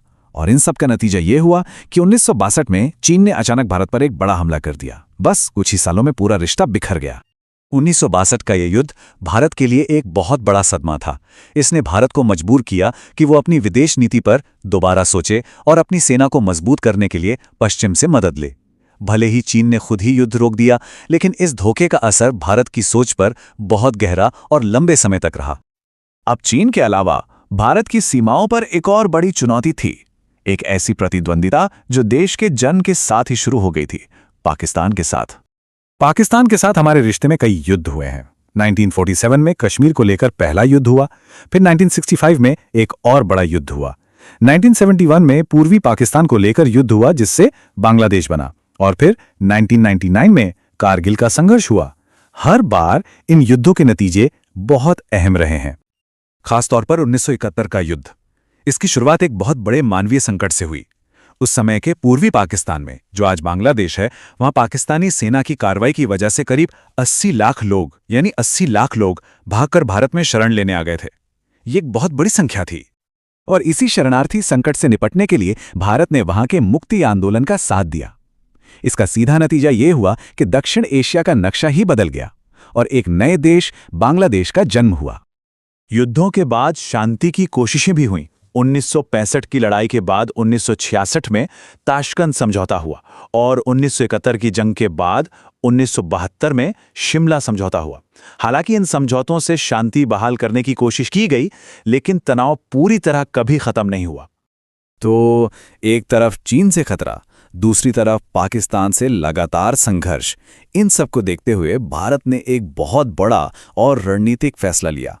यह फैसला था खुद को परमाणु शक्ति बनाने का। उस समय 1968 में एक अंतर्राष्ट्रीय संधि आई थी, एनपीटी। ये संधि कहती थी कि जिन देशों ने 1968 से पहले परमाणु परीक्षण कर लिया वो तो हथियार रख सकते हैं, लेकिन बाकी कोई देश नहीं बना सकता। भारत ने इस पर दस्तखत करने से साफ मना कर दिया। भारत का कहना था कि ये तो भेदभाव है, ये दुनिया को दो हिस्सों में बांटती है, कुछ जिनके पास परमाणु हथियार हैं और बाकी जिनके पास नहीं हो सकते। तो इस संधि को मानने के बजाय भारत ने होमी जे भाभा की अगुवाई में अपना खुद का परमाणु कार्यक्रम आगे बढ़ाया। इसी का नतीजा था कि 1974 में भारत ने पहला परमाणु परीक्षण किया, जिसे शांतिपूर्ण उद्देश्यों के लिए बताया गया, और फिर 1998 में भारत ने दूसरा परीक्षण किया और दुनिया के सामने खुद को एक परमाणु शक्ति संपन्न देश घोषित कर दिया। इसके साथ ही भारत ने अपनी परमाणु नीति भी दुनिया के सामने रखी, जो बहुत साफ है। पहला, हम बस उतने ही हथियार रखेंगे जितने अपनी सुरक्षा के लिए जरूरी हैं। दूसरा, और ये सबसे अहम है, कि हम कभी भी परमाणु हथियार का इस्तेमाल पहले नहीं करेंगे। हम सिर्फ जवाबी कार्रवाई में ही इसका इस्तेमाल करेंगे। और तीसरा, हम हमेशा दुनिया से परमाणु हथियारों को खत्म करने की बात करते रहेंगे। तो गुटनिरपेक्षता के आदर्श से शुरू होकर परमाणु शक्ति बनने तक का ये जो सफर है, ये दिखाता है कि कैसे एक देश को अपने आदर्शों और जमीनी हकीकत के बीच संतुलन बनाना पड़ता है। शांति की चाहत और अपनी सुरक्षा की जरूरत, इन दोनों के बीच सही रास्ता खोजना, यही वो चुनौती है जो तब भी थी और कहीं ना कहीं आज भी दुनिया में भारत की जगह को तय करती है। सोचिए, 1947 भारत आजाद तो हो गया, लेकिन ये सिर्फ एक देश का जन्म नहीं था। ये तो एक ऐसे राष्ट्र के लिए एक बहुत ही मुश्किल भविष्य की शुरुआत थी, जो भूखा था, बटा हुआ था। तो आज हम यही समझने वाले हैं कि कैसे इस नए देश ने एक ऐसी दुनिया में अपना रास्ता बनाया जो दो बड़ी ताकतों में बटी हुई थी। तो सवाल सुनने में तो बड़ा सीधा लगता है, पर इसका जवाब बहुत मुश्किल था। देखिए, उस वक्त दुनिया साफ साफ दो हिस्सों में बट रही थी। एक तरफ था अमेरिका, दूसरी तरफ सोवियत संघ। अब ऐसे में भारत क्या करे? क्या वो किसी एक का दामन थाम ले या फिर अपना एक बिल्कुल अलग तीसरा ही रास्ता बनाए? और इस सवाल का जवाब कहीं बाहर नहीं, बल्कि भारत की अपनी मजबूरियों और उसकी उम्मीदों में ही छिपा था। तो चलिए सबसे पहले इस नए देश के नजरिए को ही समझते हैं। जरा सोचकर देखिए, एक तरफ गरीबी, दूसरी तरफ बंटवारे के गहरे जख्म और सीमाओं पर लगातार खतरा। इन सब के बीच कोई भी देश अपनी विदेश नीति कैसे बनाएगा? जाहिर है, भारत ने उन चीजों को सबसे ऊपर रखा जो उसके लिए सबसे जरूरी थी। मतलब अपनी मुश्किल से हासिल की हुई आज़ादी को बचाना, देश को टूटने से बचाना और करोड़ों लोगों को गरीबी से बाहर निकालना। बस यही सब भारत की विदेश नीति की असली बुनियाद बने। तो ये विदेश नीति होती क्या है? अरे सीधे सीधे कहें तो ये वो तरीके हैं जिनसे कोई भी देश दुनिया के बाकी देशों से अपने रिश्ते निभाता है। और भारत के लिए इसका मतलब क्या था? इसका मतलब था अपनी सुरक्षा शांति के रास्ते पर चलकर पक्की करना और हर देश की आज़ादी की इज्जत करना। आखिरकार वो खुद 200 साल की गुलामी झेलकर निकला था। तो बस इसी सोच के साथ भारत ने अपनी विदेश नीति के कुछ ऐसे मजबूत स्तंभ खड़े किए जिन्होंने दुनिया में उसे एक बिल्कुल अलग पहचान दी। और इनमें सबसे बड़ा, सबसे अहम स्तंभ था गुटनिरपेक्षता। मतलब ये कि दूसरे विश्व युद्ध के बाद जो दुनिया दो खेमों में बंट गई थी, उसमें भारत ने साफ साफ कह दिया कि वो किसी भी फौजी गुट में शामिल नहीं होगा। ये अपनी आज़ादी को बचाए रखने का और बिना किसी बाहरी दबाव के अपने फैसले खुद लेने का एक तरीका था। अब देखिए, एक तरफ था अमेरिका का बनाया हुआ नेटो और दूसरी तरफ सोवियत संघ का वॉरसॉ पैक्ट। ये दोनों बहुत ही ताकतवर फौजी गठबंधन थे और भारत का इन दोनों से ही दूर रहने का फैसला सच में एक बहुत बड़ा और हिम्मत वाला कदम था, क्योंकि उस जमाने में अकेले खड़े रहने का मतलब ये भी हो सकता था कि आपको कमजोर समझ लिया जाए। और कमाल की बात यह है कि ये सोच सिर्फ भारत तक ही सीमित नहीं रही। बहुत जल्द ये एक ग्लोबल मूवमेंट बन गई। इसकी नींव रखी गई 1955 के बांडुंग सम्मेलन में और 1961 आते आते तो ये गुटनिरपेक्ष आंदोलन यानी नैम के तौर पर दुनिया के कई नए नए आज़ाद हुए देशों की एक ज़बरदस्त आवाज़ बन चुका था। इसी आदर्शवादी दौर की एक और बड़ी मिसाल है 1954 का पंचशील समझौता, जो भारत और चीन के बीच हुआ। अभी जो 5 सिद्धांत थे, सुनने में कागज पर कितने अच्छे लगते हैं, है ना? कि सब शांति से साथ रहेंगे, एक दूसरे के मामलों में दखल नहीं देंगे। लेकिन सवाल ये था कि क्या ये बातें असलियत में भी काम करती? देखिए, आदर्शों का सामना अक्सर कड़वी हकीकत से होता ही है और भारत के लिए ये हकीकत सामने आई चीन के साथ अपनी उत्तरी सीमा पर। शुरुआत में तो माहौल एकदम अलग था। हर तरफ हिंदी चीनी भाई भाई के नारे गूंज रहे थे। ऐसा लग रहा था मानो एशिया की ये दो महान सभ्यताएं मिलकर पूरी दुनिया को एक नया रास्ता दिखाने वाली हैं। लेकिन ये दोस्ती बहुत कच्ची साबित हुई और बहुत जल्दी टूट भी गई। अब इस टकराव की जड़ में कई बातें थीं। पहली, 1950 में चीन ने तिब्बत पर कब्जा कर लिया, जिससे भारत और चीन के बीच एक बहुत जरूरी बफर जोन ही खत्म हो गया। दूसरी, 1959 में जब दलाई लामा भारत आए तो उन्हें यहां राजनीतिक शरण दी गई, जिसे चीन ने अपने खिलाफ एक कदम माना। और आखिर में सबसे बड़ा मुद्दा था सीमा विवाद, जहां दोनों ही देश एक ही जमीन के हिस्सों पर अपना हक जता रहे थे। और फिर आया साल 1962, जब यह साला तनाव एक भयानक युद्ध में बदल गया। चीन के अचानक हमले ने भारत को सकते में डाल दिया। यह सिर्फ एक फौजी हार नहीं थी, ये एक ऐसा सदमा था जिसने पूरे देश के आत्मविश्वास को हिलाकर रख दिया। इस एक घटना ने भारत को अपनी पूरी विदेश और रक्षा नीति के बारे में नए सिरे से सोचने पर मजबूर कर दिया। चीन के बाद अब बात करते हैं भारत की दूसरी सबसे बड़ी और लगातार बनी रहने वाली चुनौती की, यानी पाकिस्तान के साथ रिश्ते। ये वो रिश्ते थे जो 1947 में बंटवारे के साथ ही तनाव की पटरी पर चढ़ गए थे। ये संघर्षों का एक लंबा और सच कहें तो दर्दनाक इतिहास है और ज्यादातर लड़ाइयों के केंद्र में रहा कश्मीर का अनसुलझा मसला। बंटवारे के फौरन बाद से लेकर कारगिल तक युद्ध और तनाव का माहौल लगातार बना ही रहा। इन सभी युद्धों में 1971 की जंग सबसे निर्णायक साबित हुई। इसी के नतीजे में पूर्वी पाकिस्तान आज़ाद हुआ और एक नए देश बांग्लादेश का जन्म हुआ। इस एक जंग ने दक्षिण एशिया का नक्शा हमेशा के लिए बदल कर रख दिया। लेकिन ऐसा भी नहीं है कि हमेशा सिर्फ जंग ही हुई। शांति के लिए भी कई बड़ी और गंभीर कोशिशें की गईं। 1966 का ताशकंद समझौता हो या फिर 1972 का ऐतिहासिक शिमला समझौता, ये दोनों देशों के बीच बातचीत के दरवाजे खोलने की बहुत अहम कोशिशें थीं। अब इन लगातार बाहरी खतरों ने, चाहे वो चीन से हो या पाकिस्तान से, भारत को अपनी सुरक्षा के बारे में और ज्यादा गहराई से सोचने पर मजबूर कर दिया। और इसी सोच ने उसे एक ऐसे रास्ते पर डाल दिया जिसके बारे में शायद शुरू में किसी ने कल्पना भी नहीं की होगी। और वो रास्ता था परमाणु शक्ति बनने का। और यहीं पर एक बहुत बड़ा और वाजिब सवाल खड़ा होता है। एक ऐसा देश जो हमेशा से दुनिया में निरस्त्रीकरण यानी डिसआर्मामेंट की बात करता आया हो, वो भला खुद परमाणु हथियार क्यों बनाएगा? ये सुनने में थोड़ा अजीब और विरोधाभासी लगता है ना? इस सवाल का जवाब भारत अपनी नीति में देता है। उसका साफ कहना है कि ये हथियार किसी पर हमला करने के लिए नहीं, बल्कि सिर्फ अपनी हिफाजत के लिए हैं। भारत ने नो फर्स्ट यूज यानी पहले इस्तेमाल न करने का वादा भी किया है। और हां, उसने हमेशा परमाणु अप्रसार संधि, जिसे एनपीटी कहते हैं, का विरोध किया। क्यों? क्योंकि भारत इसे एक तरह का परमाणु रंग भेद मानता था। मतलब एक ऐसी संधि जो बस कुछ गिने चुने देशों को परमाणु ताकत रखने का हक देती थी और बाकियों के लिए दरवाजे बंद कर देती थी। तो हुआ ये कि 1974 में भारत ने अपने पहले परमाणु परीक्षण से पूरी दुनिया को चौंका दिया। हाँ, उसने इसे एक शांतिपूर्ण परमाणु विस्फोट का नाम दिया, जिस पर काफी बहस भी हुई। लेकिन 1998 में कोई शक शुबा नहीं बचा। एक के बाद एक कई परीक्षणों के बाद भारत ने डंके की चोट पर खुद को एक परमाणु शक्ति संपन्न देश घोषित कर दिया। तो भारत की विदेश नीति का ये पूरा सफर हमें एक बहुत बड़े सवाल पे लाकर खड़ा कर देता है। सवाल ये कि कोई भी देश अपने शुरुआती आदर्शों जैसे शांति और सहयोग और ज़मीनी हकीकत जैसे कि जियोपॉलिटिक्स और राष्ट्रीय सुरक्षा की ज़रूरतें, इनके बीच संतुलन कैसे बनाता है? ये एक ऐसा सवाल है जिसका जवाब ढूंढना आज भी उतना ही ज़रूरी है जितना कल था। किसी भी देश की पहचान उसकी विदेश नीति से होती है। आज हम बात करने वाले हैं कि कैसे 200 साल की गुलामी के बाद जब भारत आज़ाद हुआ तो उसने दो महाशक्तियों में बटी दुनिया में अपनी जगह कैसे बनाई। तो देखिए, सवाल बहुत बड़ा था। 1947 में जब भारत आज़ाद हुआ तो दुनिया पूरी तरह से कोल्ड वॉर की चपेट में थी। एक तरफ अमेरिका था तो दूसरी तरफ सोवियत संघ।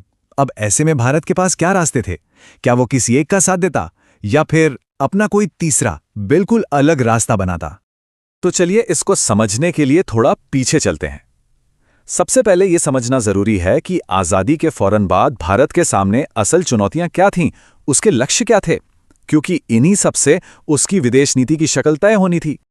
देखिए, भारत के लिए विदेश नीति कोई दिखावे की चीज नहीं थी, बल्कि ये उसके घर की जरूरतों को पूरा करने का एक जरिया थी। जरा सोचिए, एक देश जो अभी अभी आज़ाद हुआ है, जिसकी पहली प्राथमिकता गरीबी से लड़ना है, अपनी अर्थव्यवस्था को खड़ा करना है, वो अपनी कीमती एनर्जी और पैसा किसी और की लड़ाई में भला क्यों बर्बाद करेगा?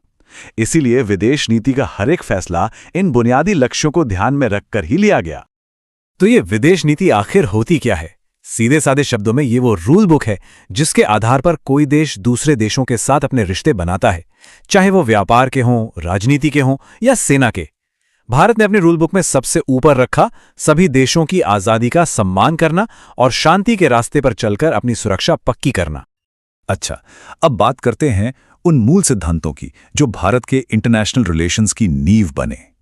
यही से भारत ने दुनिया को दिखाया कि उसका नजरिया बिल्कुल अलग है। और यहीं से निकला भारत का सबसे बड़ा और सबसे मशहूर सिद्धांत, गुट निरपेक्षता या नॉन अलाइनमेंट।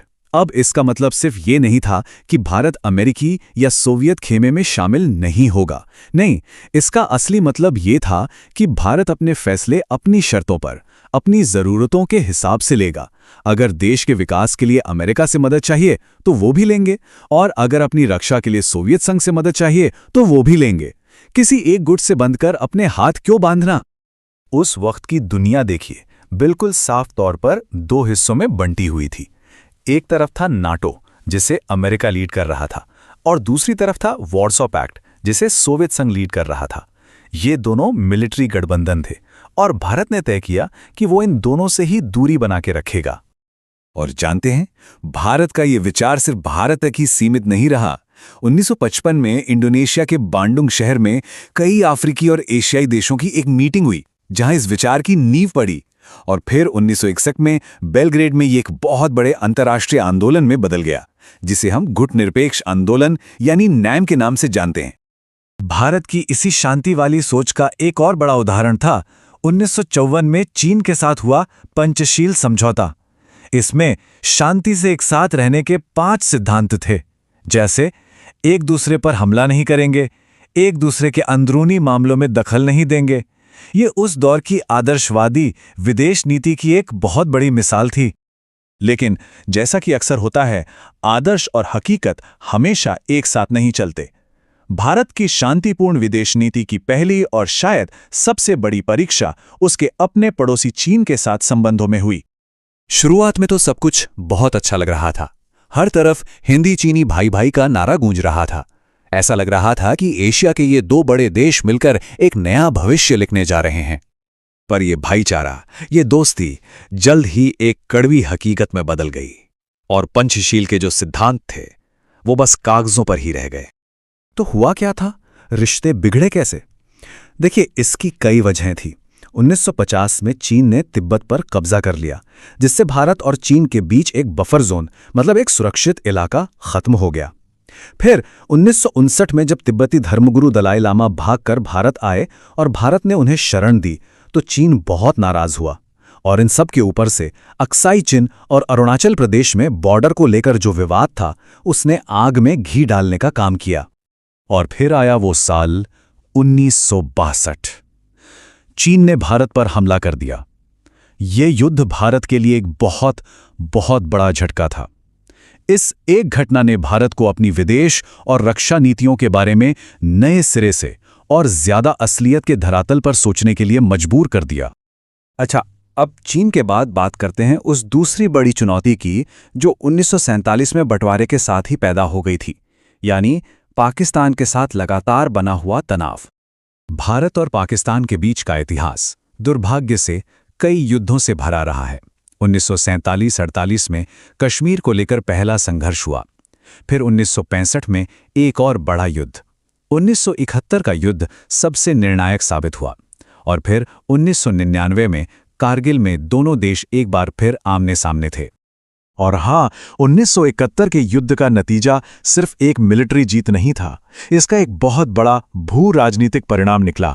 दुनिया के नक्शे पर एक नए देश का जन्म हुआ, जिसका नाम था बांग्लादेश। लेकिन देखिए, ऐसा भी नहीं है कि हमेशा सिर्फ लड़ाइयां ही हुईं। शांति कायम करने की भी बहुत महत्वपूर्ण कोशिशें की गईं। 1966 में ताशकंद समझौता और 1972 में शिमला समझौता, ये दोनों ऐसी ही बड़ी पहल थीं जिनका मकसद था कि किसी तरह रिश्तों को सामान्य बनाया जाए। चलिए अब बात करते हैं भारत की विदेश नीति के एक और बहुत ही अहम और दिलचस्प मोड़ की, जो सीधे सीधे उसकी सुरक्षा नीति से जुड़ा है। ये है भारत का परमाणु शक्ति बनने का सफर। यह एक बहुत बड़ा सवाल खड़ा होता है ना? जो देश पूरी दुनिया में शांति और डिसआर्मामेंट यानी हथियारों को खत्म करने की वकालत करता है, वो खुद परमाणु हथियार क्यों बनाएगा? ये तो एक तरह का विरोधाभास लगता है। इस सवाल का जवाब भारत की परमाणु नीति में छिपा है, जो दुनिया के बाकी देशों से काफी अलग है। भारत का सिद्धांत है कि ये हथियार सिर्फ अपनी रक्षा के लिए हैं, किसी पर हमला करने के लिए नहीं। इसीलिए भारत ने नो फर्स्ट यूज यानी पहले इस्तेमाल नहीं करने की पॉलिसी अपनाई है। और साथ ही उसने एनपीटी जैसी संधियों पर साइन करने से मना कर दिया, क्योंकि उसका मानना था कि ये भेदभावपूर्ण है। भारत की इस न्यूक्लियर जर्नी में 2 साल बहुत अहमियत रखते हैं। पहला 1974, जब पहला परमाणु परीक्षण किया गया और उसे शांतिपूर्ण कामों के लिए बताया गया। और दूसरा 1998, जब भारत ने एक के बाद एक कई परीक्षण किए और दुनिया के सामने खुद को एक परमाणु शक्ति के रूप में घोषित कर दिया। तो आखिर में हम घूम फिरकर उसी एक सवाल पर आ जाते हैं जो भारत की पूरी विदेश नीति के सफर का सार है। एक देश अपने शांति के ऊंचे आदर्शों और राष्ट्रीय सुरक्षा की कठोर सच्चाइयों के बीच बैलेंस कैसे बनाता है। ये एक ऐसी कशमकश है, एक ऐसा संतुलन है जिसे भारत आज भी साधने की कोशिश कर रहा है और शायद हमेशा करता रहेगा। चलिए एक ऐसे देश की कहानी पर नजर डालते हैं जिसकी बुनियाद ही शांति और अहिंसा के सिद्धांतों पर रखी गई थी। पर सोचिए, जब इस देश ने अपनी आंखें खोली तो दुनिया युद्ध और गुटबाजी में बटी हुई थी। ये कहानी है भारत की और उसकी विदेश नीति के बनने की, जहां ऊंचे ऊंचे आदर्शों का सामना जमीनी हकीकत से हुआ। तो फिर सबसे बड़ा सवाल यही है कि शांति का पैगाम लेकर पैदा हुआ एक देश जंग की दुनिया में टिके रहना कैसे सीखता है। ये सिर्फ एक सवाल नहीं है, बल्कि वो पहेली है जिसने भारत के हर एक कदम, हर फैसले को एक शक्ल दी है। आइए इसी पहेली को सुलझाने की कोशिश करते हैं। हमारी कहानी की शुरुआत होती है भारत की आज़ादी के साथ। वो एक ऐसा दौर था जब उम्मीदें बहुत ऊंची थीं और एक नए भारत का सपना देखा जा रहा था। देखते हैं कि शांति का ये नजरिया फॉरेन पॉलिसी में कैसे शामिल हुआ। इसे ऐसे समझिए कि 1947 के बाद भारत के सामने दो बहुत बड़ी चुनौतियां थीं। एक तरफ देश के अंदर करोड़ों लोगों के लिए एक मजबूत लोकतंत्र बनाना था और दूसरी तरफ दुनिया में अपनी जगह बनानी थी, वो भी तब जब पूरी दुनिया दो ताकतवर गुटों में बटी थी। मतलब एक तरह से दो धारी तलवार पर चलने जैसा था। तो इस मुश्किल माहौल में भारत ने एक तीसरा बिल्कुल अलग रास्ता चुना, गुट निरपेक्षता यानी नॉन अलाइनमेंट। इसका सीधा सा मतलब था कि हम न तो अमेरिका के कैंप में जाएंगे और न ही सोवियत संघ के। ये एक बहुत हिम्मत भरा फैसला था, ये पक्का करने के लिए कि भारत की किस्मत के फैसले दिल्ली में हो, किसी और देश की राजधानी में नहीं। और देखिए, शुरुआती सालों में तो ऐसा लगा भी कि ये सपना सच हो रहा है। 1947 में दिल्ली में एशियन देशों का सम्मेलन हुआ। 1955 में बांडुंग में गुट निरपेक्ष आंदोलन की नींव रखी गई। भारत दुनिया भर के नए नए आज़ाद हुए देशों के लिए एक आवाज़, एक प्रेरणा बन रहा था। एक नई आज़ाद दुनिया की उम्मीद जग रही थी। पर जैसा कि अक्सर होता है, उम्मीदों का ये सूरज हमेशा इतना चमकदार नहीं रहता। बहुत जल्द हिमालय की बर्फीली चोटियों से एक ऐसा झटका लगा जिसने भारत के शांति के सपने को, उसके भरोसे को हिलाकर रख दिया। हिंदी चीनी भाई भाई 1950 के दशक में ये सिर्फ एक नारा नहीं था, ये एक एहसास था। एक उम्मीद थी कि भारत और चीन, एशिया की दो सबसे बड़ी सभ्यताएं, मिलकर एक नया भविष्य बनाएंगी। पर क्या ये दोस्ती उतनी ही मजबूत थी जितनी दिख रही थी? इस नारे के पीछे असल में नक्शों पर लकीरें खींची जा रही थीं। चीन लद्दाख के अक्साई चिन्ह पर अपना दावा कर रहा था, जो तिब्बत के लिए एक बहुत जरूरी लिंक था। वहीं भारत मैकमोहन लाइन को अपनी सरहद मानता था। दोस्ती की इस इमारत में धीरे धीरे दरारें आने लगी थीं। और फिर एक के बाद एक ऐसी घटनाएं हुईं जिन्होंने इस तनाव को और ज्यादा भड़का दिया। पहले चीन ने तिब्बत पर कब्जा कर लिया, जिससे भारत और चीन के बीच एक बफर स्टेट ही खत्म हो गया। फिर 1959 में जब दलाई लामा ने भारत में शरण ली, तो चीन को ये बहुत नागवार गुजरा और रही सही कसर अक्साई चिन में चीन की बनाई सड़क ने पूरी कर दी। और फिर आया साल 1962। चीन ने अचानक भारत पर हमला कर दिया। भारत इस हमले के लिए बिल्कुल भी तैयार नहीं था। भाई भाई का नारा एक बहुत कड़वे धोखे में बदल गया। ये भारत के लिए सिर्फ एक फौजी हार नहीं थी, ये उसके आदर्शों की हार थी। शांति का सपना टूट चुका था। चीन से मिले धोखे के अलावा भारत के पश्चिमी सरहद पर एक और चुनौती लगातार बनी हुई थी। पाकिस्तान के साथ एक ऐसी दुश्मनी जो आज़ादी के दिन से ही शुरू हो गई थी। 1947-48, 1965, 1971 और फिर 1999। ये सिर्फ साल नहीं हैं, ये भारत और पाकिस्तान के बीच हुए युद्धों के वो निशान हैं जो बहुत गहरे हैं। कश्मीर को लेकर शुरू हुआ ये झगड़ा वक्त के साथ और उलझता गया और शांति की हर कोशिश पर भारी पड़ता रहा। 80 लाख, जरा सोचिए इस नंबर के बारे में। ये उन लोगों की तादाद है जो 1971 में पूर्वी पाकिस्तान यानी आज के बांग्लादेश में पाकिस्तानी फौज के जुल्मों से बचने के लिए भागकर भारत आए थे। ये सिर्फ एक रिफ्यूजी संकट नहीं था, ये एक बहुत बड़ी मानवीय त्रासदी थी जिसने भारत को एक मुश्किल फैसला लेने पर मजबूर कर दिया। भारत ने दखल दिया और इस जंग के आखिर में 90,000 पाकिस्तानी सैनिकों ने सरेंडर किया। ये एक ऐतिहासिक जीत थी। दुनिया के नक्शे पर एक नए देश बांग्लादेश का जन्म हुआ और दक्षिण एशिया की पूरी जियोपॉलिटिक्स हमेशा के लिए बदल गई। वैसे हर जंग के बाद शांति की उम्मीद भी जगी। 1966 में ताशकंद समझौता हुआ, 1972 में शिमला समझौता। ये सब कोशिशें थीं कि बातचीत से मसले सुलझाए जाएं, लेकिन जमीनी हकीकत ये थी कि दोनों देशों के बीच अविश्वास की खाई बहुत गहरी थी। अब हम अपनी कहानी के आखिरी हिस्से पर आते हैं।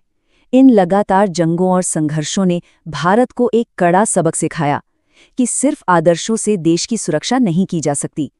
अब यथार्थवाद का यानी रियलिज्म का दौर था और इसका सबसे बड़ा सबूत था भारत का न्यूक्लियर प्रोग्राम। मजे की बात यह है कि भारत का न्यूक्लियर प्रोग्राम हमेशा से हथियार बनाने के लिए नहीं था। इसकी शुरुआत होमी जे भाभा की लीडरशिप में शांतिपूर्ण कामों जैसे बिजली बनाने के लिए हुई थी। लेकिन 1974 में पहला टेस्ट और फिर 1998 में दूसरे टेस्ट के साथ भारत ने दुनिया को साफ साफ बता दिया कि वो अपनी सुरक्षा से कोई समझौता नहीं करेगा। लेकिन देखिए, परमाणु शक्ति बनने के बाद भी भारत ने अपने उन पुराने आदर्शों को पूरी तरह नहीं छोड़ा। उसने नो फर्स्ट यूज की पॉलिसी अपनाई, यानी हम कभी भी परमाणु हथियार का इस्तेमाल पहले नहीं करेंगे।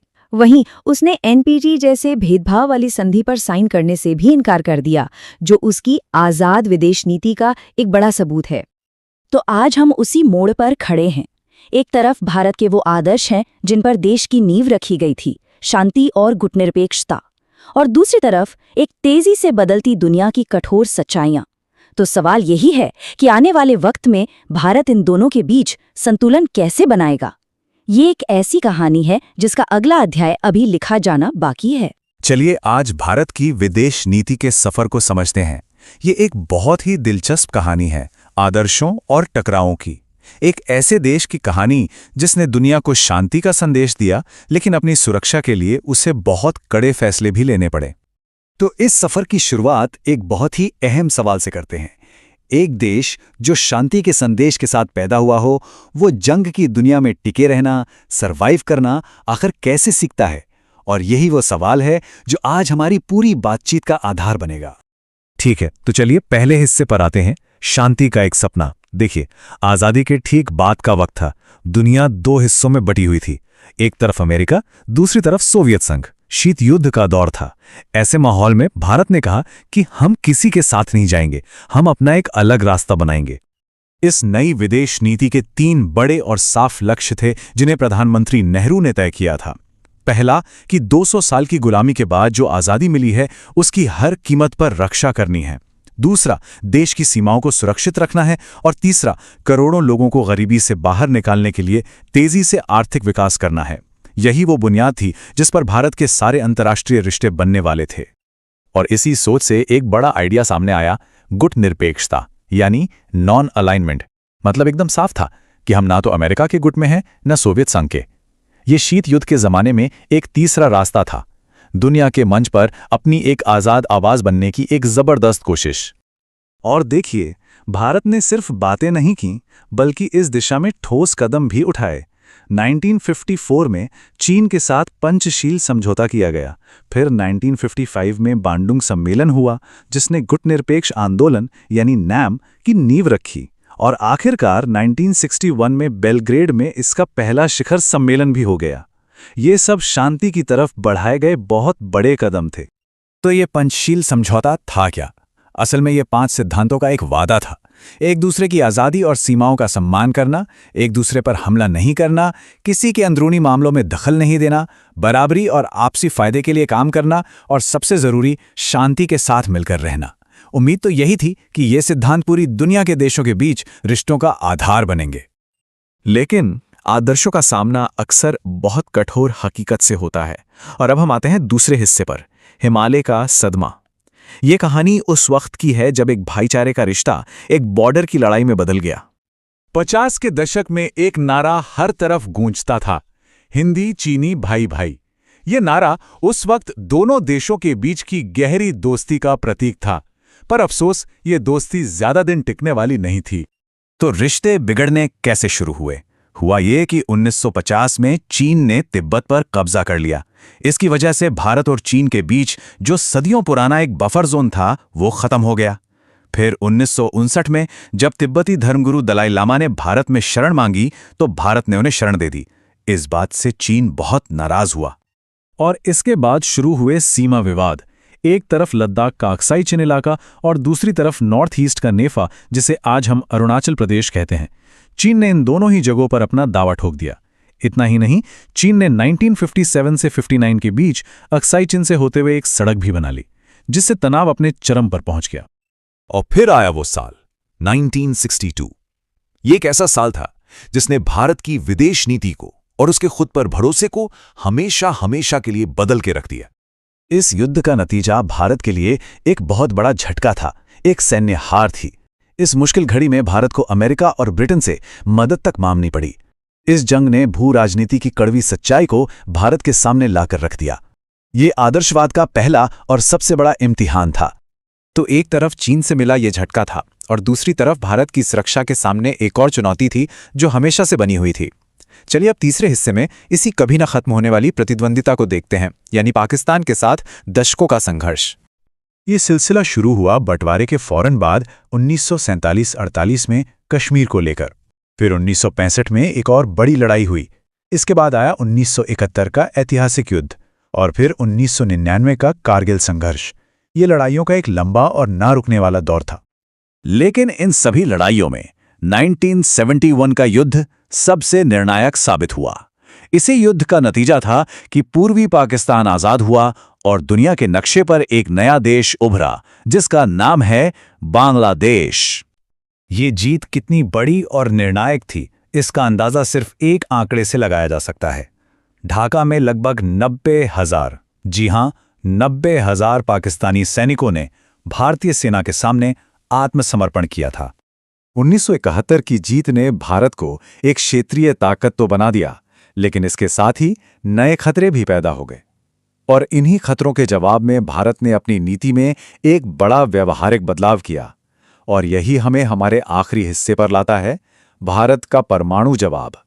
जब 1964 में चीन ने अपना परमाणु परीक्षण किया और भारत के सामने सुरक्षा चुनौतियां बढ़ती गईं, तो भारत ने भी अपनी परमाणु क्षमता पर काम करना शुरू कर दिया। पहला परीक्षण 1974 में हुआ और फिर 1998 में भारत ने दुनिया के सामने खुद को एक परमाणु शक्ति घोषित कर दिया। ये भारत की सोच में एक बहुत बड़े रणनीतिक बदलाव का साफ संकेत था। लेकिन यहाँ एक बात पर गौर करना बहुत जरूरी है। शक्ति हासिल करने के बाद भी भारत ने हमेशा संयम की नीति अपनाई।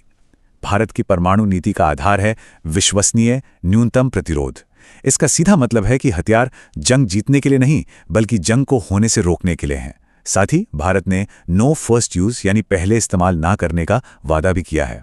और शायद यही वजह है कि भारत ने परमाणु अप्रसार संधि यानी एनपीटी पर दस्तखत नहीं किए, क्योंकि वो इसे भेदभावपूर्ण मानता है। तो भारत का ये सफर आदर्शवाद से शुरू होकर यथार्थवाद और व्यावहारिकता के रास्ते से गुजरा, और ये सफर हमें हमारे आखिरी सवाल पर लाकर छोड़ता है। आज जब दुनिया का जियोपॉलिटिकल लैंडस्केप तेजी से बदल रहा है, तो क्या भारत के शांति और घुटनेपेक्षता जैसे शुरुआती आदर्शों का कोई नया मतलब निकलेगा? ये एक ऐसा सवाल है जिसका जवाब हमें आने वाला वक्त ही देगा। आज हम भारत की विदेश नीति के दिलचस्प सफर को समझने की कोशिश करेंगे। ये एक ऐसी कहानी है जो आज़ादी के बाद शुरू हुई और आज तक चल रही है। ये कहानी है एक बैलेंस बनाने की, अपने आदर्शों और ज़मीनी हकीकत के बीच संतुलन बनाने की। तो सबसे बड़ा सवाल यही था। सोचिए जरा, एक नया देश आज़ाद हुआ है, उसके सामने हजार मुश्किलें हैं और बाहर दुनिया दो बड़ी ताकतों में बटी हुई है, अमेरिका और सोवियत संघ। तो ऐसे में भारत ने अपना रास्ता कैसे बनाया होगा? देखिए, 1947 में भारत के सामने एक साथ दो मोर्चों पर लड़ाई थी। एक तरफ देश के अंदर लोकतंत्र को मजबूत करना था, करोड़ों लोगों की जिंदगी को बेहतर बनाना था, और दूसरी तरफ इसी काम को करने के लिए दुनिया के बाकी देशों से रिश्ते भी तो बनाने थे ना। अच्छा, तो ये फॉरेन पॉलिसी या विदेश नीति होती क्या है? सिंपल शब्दों में कहें तो ये किसी भी देश के लिए एक तरह का गूगल मैप्स है। ये वो रोड मैप है जो तय करता है कि कोई देश दुनिया से कैसे जुड़ेगा, चाहे वो व्यापार हो, दोस्ती हो या फिर अपनी सुरक्षा का सवाल हो। और सोचिए, एक देश जिसने इतनी मुश्किल से आज़ादी पाई हो, उसके लिए सबसे कीमती क्या होगा? बिल्कुल, उसकी संप्रभुता, मतलब अपने फैसले खुद लेने की आज़ादी, बिना किसी बाहरी ताकत के दबाव में आए। ये भारत के लिए सबसे ज़रूरी था। तो सवाल ये है कि भारत का ये रोड मैप बनाया किसने? इसके जो चीफ आर्किटेक्ट थे वो थे हमारे पहले प्रधानमंत्री जवाहरलाल नेहरू। उन्होंने ही भारत की विदेश नीति की नींव रखी और उनका विजन ही हमारे शुरुआती कदमों की दिशा बना। और नेहरू का जो मास्टर स्ट्रोक था वो था गुटनिरपेक्षता, यानी नॉन अलाइनमेंट।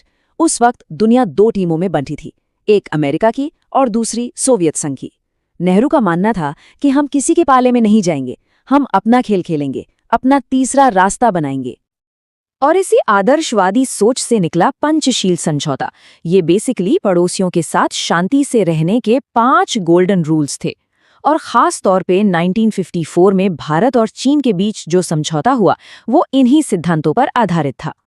लेकिन जैसा कि अक्सर होता है, ऊंचे ऊंचे आदर्शों का सामना ज़मीनी हकीकत से होता है, और भारत के लिए ये सामना बहुत ही कड़वा होने वाला था।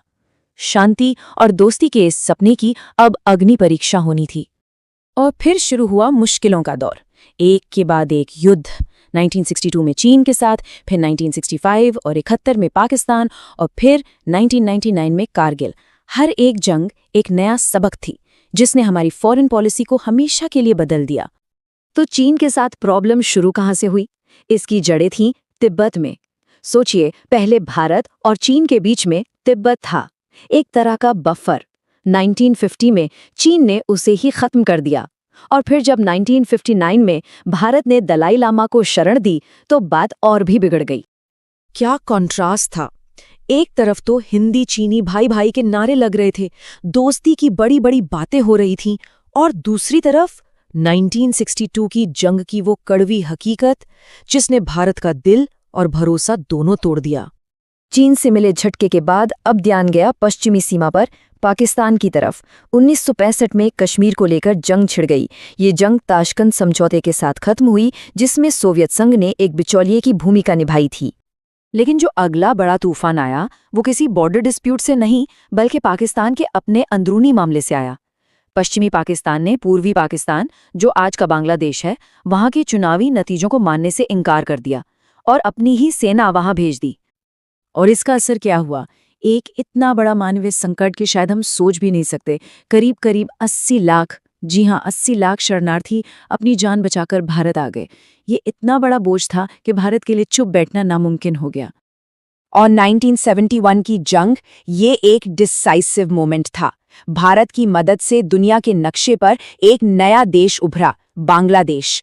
इस जीत ने ये भी साफ कर दिया कि साउथ एशिया में भारत ही असली रीजनल पावर है। बाद में शांति के लिए शिमला समझौता भी हुआ। तो इन सभी जंगों से भारत ने क्या सीखा? सबसे बड़ा सबक था, आत्मनिर्भर बनो। अपनी सुरक्षा के लिए किसी और पर निर्भर नहीं रह सकते। और यहीं से फॉरेन पॉलिसी का फोकस थोड़ा बदला। अब जोर अपनी मिलिट्री ताकत और स्ट्रेटेजिक ऑटोनॉमी पर था। और इसी आत्मनिर्भरता और सुरक्षा की खोज भारत को ले आई एक बहुत बड़े सवाल पर, न्यूक्लियर वेपन्स। पर एक मिनट, भारत ने तो 1968 की global nuclear non proliferation treaty यानी एनपीटी का विरोध किया था। तो ऐसा क्यों किया? भारत का लॉजिक बहुत क्लियर था। भारत ने कहा कि ये संधि तो भेदभाव वाली है। मतलब कुछ देश जिन्होंने 1968 से पहले टेस्ट कर लिया, उनको तो न्यूक्लियर पावर बने रहने का हक है और बाकियों को नहीं। ये तो एक तरह से न्यूक्लियर दादागिरी हुई ना। तो भारत ने तय किया कि वो अपना रास्ता खुद बनाएगा। 1974 में हुआ पहला टेस्ट, जिसे दुनिया को पीसफुल न्यूक्लियर एक्सप्लोजन बताया गया। और फिर 1998 में भारत ने पूरी दुनिया के सामने ऐलान कर दिया कि हाँ, हम एक न्यूक्लियर पावर हैं। लेकिन पावरफुल बनने के साथ साथ भारत ने एक बहुत बड़ी जिम्मेदारी भी दिखाई। उसने अपनी न्यूक्लियर पॉलिसी बनाई जो पूरी तरह से डिफेंसिव है। और इसका सबसे बड़ा पॉइंट है नो फर्स्ट यूज पॉलिसी। मतलब हम हमला करने वाले पहले नहीं होंगे। तो इस पूरे सफर को अगर हम देखें आज़ादी से लेकर आज तक, तो हमें क्या नजर आता है? ये कहानी है लगातार सीखने की और सिचुएशन के हिसाब से खुद को बदलने की। तो कुल मिलाकर भारत की फॉरेन पॉलिसी की कहानी एक बैलेंसिंग एक्ट की कहानी है। एक तरफ पंचशील के आदर्श हैं, तो दूसरी तरफ न्यूक्लियर ताकत की हकीकत। और हमेशा से कोशिश यही रही है कि इन दोनों के बीच एक सही संतुलन बनाया जा सके। तो आखिर में एक सवाल छोड़ जाते हैं। आज की दुनिया जो पूरी तरह बदल चुकी है, एक मल्टीपोलर वर्ल्ड है, इसमें गुटनिरपेक्षता और शांतिपूर्ण सह अस्तित्व जैसे वो पुराने सिद्धांत, वो आइडियाज कितने रेलेवेंट हैं? शायद इसी सवाल के जवाब में छिपा है भारत का भविष्य। तो चलिए आज बात करते हैं भारत की विदेश नीति की। ये कहानी है एक ऐसे देश के सफर की जो आजादी के बाद दुनिया के मंच पर अपनी पहचान बना रहा था। जरा सोचिए, एक देश जो अभी अभी आजाद हुआ है, जिसका मूल मंत्र ही शांति है, वो युद्ध और तनाव से भरी दुनिया में अपनी जगह कैसे बनाएगा? यही वो सवाल है जो भारत की पूरी विदेश नीति की कहानी बताता है। देखिए, आजादी की लड़ाई बहुत लंबी थी और जब आजादी मिली तो भारत के संस्थापकों के दिमाग में एक बात बिल्कुल साफ थी कि दुनिया में हमारा रोल क्या होगा। और ये रोल था शांति का, साथ मिलकर रहने का। ये सिर्फ बातें नहीं थीं, ये हमारे संविधान का भी एक अहम हिस्सा था। तो इसके कुछ खास लक्ष्य थे। सबसे पहला तो यही कि भाई जो संप्रभुता इतनी मुश्किल से मिली है उसकी हर हाल में रक्षा करनी है, अपनी सीमाओं को सुरक्षित रखना है, साथ ही देश का तेजी से आर्थिक विकास करना है। और हाँ, दुनिया में शांति और सुरक्षा को बढ़ावा देना भी एक बड़ा मकसद था, जैसा कि हमारे संविधान के आर्टिकल 51 में लिखा भी है। साम्राज्यवाद और नस्लवाद का तो खुलकर विरोध करना ही था। अब इसी सोच का सबसे बड़ा स्तंभ था गुट निरपेक्षता, या जिसे नॉन अलाइनमेंट कहते हैं। मतलब उस वक्त दुनिया दो हिस्सों में बटी थी, एक अमेरिका का गुट, दूसरा सोवियत संघ का। भारत ने कहा, हम किसी के साथ नहीं हैं, हम अपना एक अलग तीसरा रास्ता चुनेंगे। इससे हमें आज़ादी मिली कि हम किसी के दबाव में आए बिना अपने देश के विकास पर ध्यान दे सकें। और भारत ने सिर्फ कहा नहीं, करके दिखाया। आज़ादी के फौरन बाद 1947 में दिल्ली में एशियन रिलेशंस कॉन्फ्रेंस बुलाई। फिर 1954 में चीन के साथ मशहूर पंचशील समझौता किया। 1955 में इंडोनेशिया के बांडुंग में गुटनिरपेक्ष आंदोलन की नींव रखी गई और 1961 में बेलग्रेड में इसकी पहली बड़ी बैठक हुई। मतलब भारत बहुत तेजी से दुनिया के नए नए आज़ाद हुए देशों का लीडर बनकर उभरा। सब कुछ ठीक चल रहा था, आदर्शों की, शांति की बातें हो रही थीं। लेकिन फिर भारत के इसी आदर्शवाद की सबसे बड़ी और सबसे कठिन परीक्षा हुई, ठीक उसकी उत्तरी सीमा पर। उस जमाने में एक नारा बहुत मशहूर हुआ करता था, हिंदी चीनी भाई भाई। ये सिर्फ एक नारा नहीं था, ये भारत और नए नए बने पीपल्स रिपब्लिक ऑफ चाइना के बीच की दोस्ती और उम्मीदों का प्रतीक था। लेकिन ये भाईचारा ज्यादा लंबा नहीं चला। धीरे धीरे रिश्ते में दरारें आने लगी। वजहें कई थी। 1950 में चीन ने तिब्बत पर कब्जा कर लिया, जिससे भारत और चीन के बीच का एक बफर जोन ही खत्म हो गया। फिर 1959 में जब दलाई लामा को भारत ने शरण दी तो चीन इससे बहुत नाराज हुआ और सबसे बड़ा मुद्दा था बॉर्डर का। चीन ने लद्दाख के अक्साई चीन पर अपना दावा ठोक दिया और वहां सड़क भी बना ली। उधर अरुणाचल प्रदेश, जिसे तब एनीफा कहते थे, उस पर भी चीन अपना हक जताने लगा। और फिर आया साल 1962। अक्टूबर का महीना था जब ये सारा तनाव एक बड़े युद्ध में बदल गया। चीन ने दोनों तरफ से लद्दाख में भी और नेफा में भी एक साथ बड़ा हमला कर दिया। भारतीय सेना इसके लिए तैयार नहीं थी। चीन ने तेजी से भारतीय जमीन पर कब्जा किया और फिर अचानक एक तरफा युद्ध विराम का ऐलान कर दिया। ये भारत के लिए एक बहुत बड़ा झटका था। वो जो एशियाई एकजुटता का सपना था वो टूट गया और भारत को ये समझ आया कि आदर्शों के साथ साथ अपनी सुरक्षा को मजबूत करना कितना जरूरी है। चीन का धोखा एक बड़ा सदमा था, लेकिन एक और मोर्चा था जहां तनाव आजादी के दिन से ही बना हुआ था, और वो था पाकिस्तान। अगर हम देखें तो ये दुश्मनी आजादी के साथ ही शुरू हो गई। 1947-48 में कश्मीर को लेकर पहला युद्ध हुआ। फिर 1965 में दूसरा बड़ा युद्ध छिड़ा। 1971 में तो एक ऐसा युद्ध हुआ जिसने दुनिया का नक्शा ही बदल दिया। और फिर 1999 में कारगिल की लड़ाई हुई। इन सभी लड़ाइयों का केंद्र कहीं ना कहीं कश्मीर का मुद्दा ही रहा है। और जैसा मैंने कहा, 1971 का युद्ध बहुत अहम था। इसी युद्ध के बाद पूर्वी पाकिस्तान से अलग हो गया और एक नया देश बना, बांग्लादेश। अब देखिए, एक तरफ चीन से खतरा, दूसरी तरफ पाकिस्तान से लगातार युद्ध। इन सब चुनौतियों को देखते हुए भारत को अपनी रक्षा नीति के बारे में फिर से सोचना पड़ा। यहीं से भारत की नीति में एक बड़ा और व्यावहारिक बदलाव आया। ये बदलाव था भारत का परमाणु कार्यक्रम।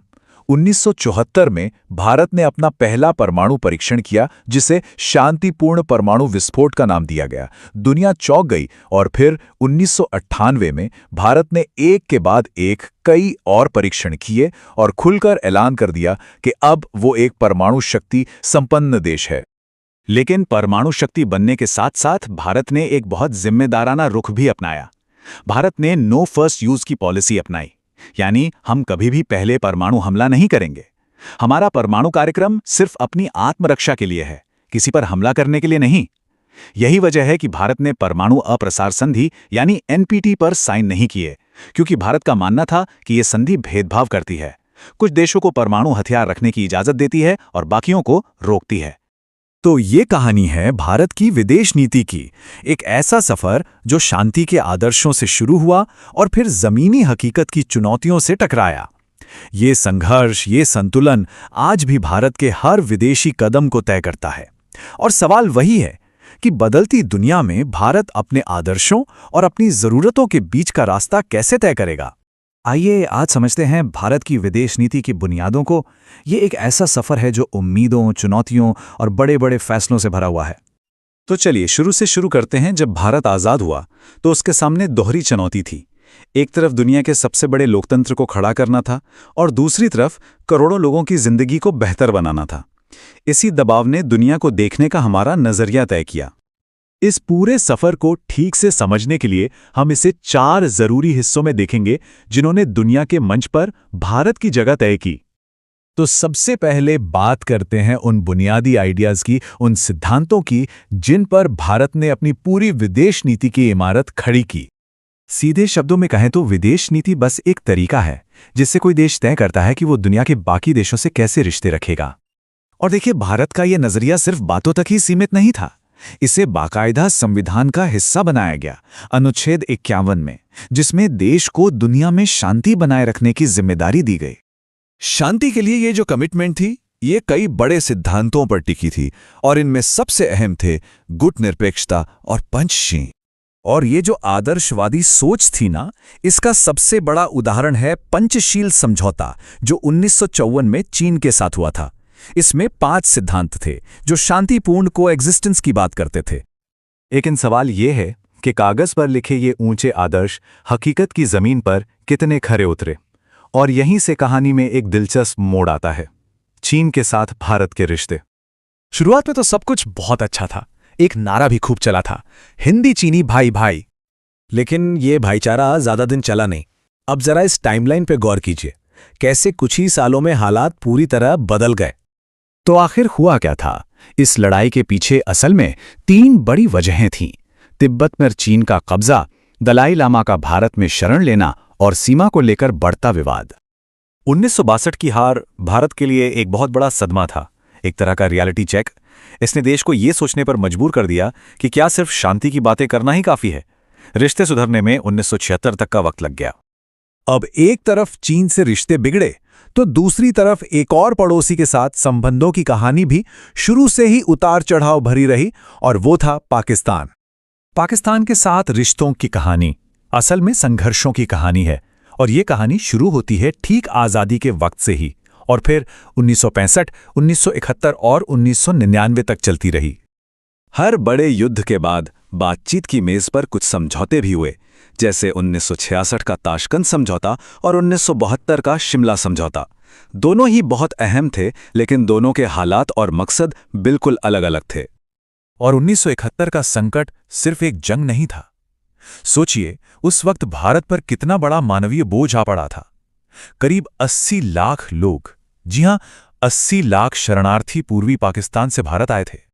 तो एक तरफ चीन से युद्ध, दूसरी तरफ पाकिस्तान से लगातार संघर्ष, इन सब ने मिलकर भारत को अपनी सुरक्षा नीति के बारे में नए सिरे से सोचने पर मजबूर कर दिया।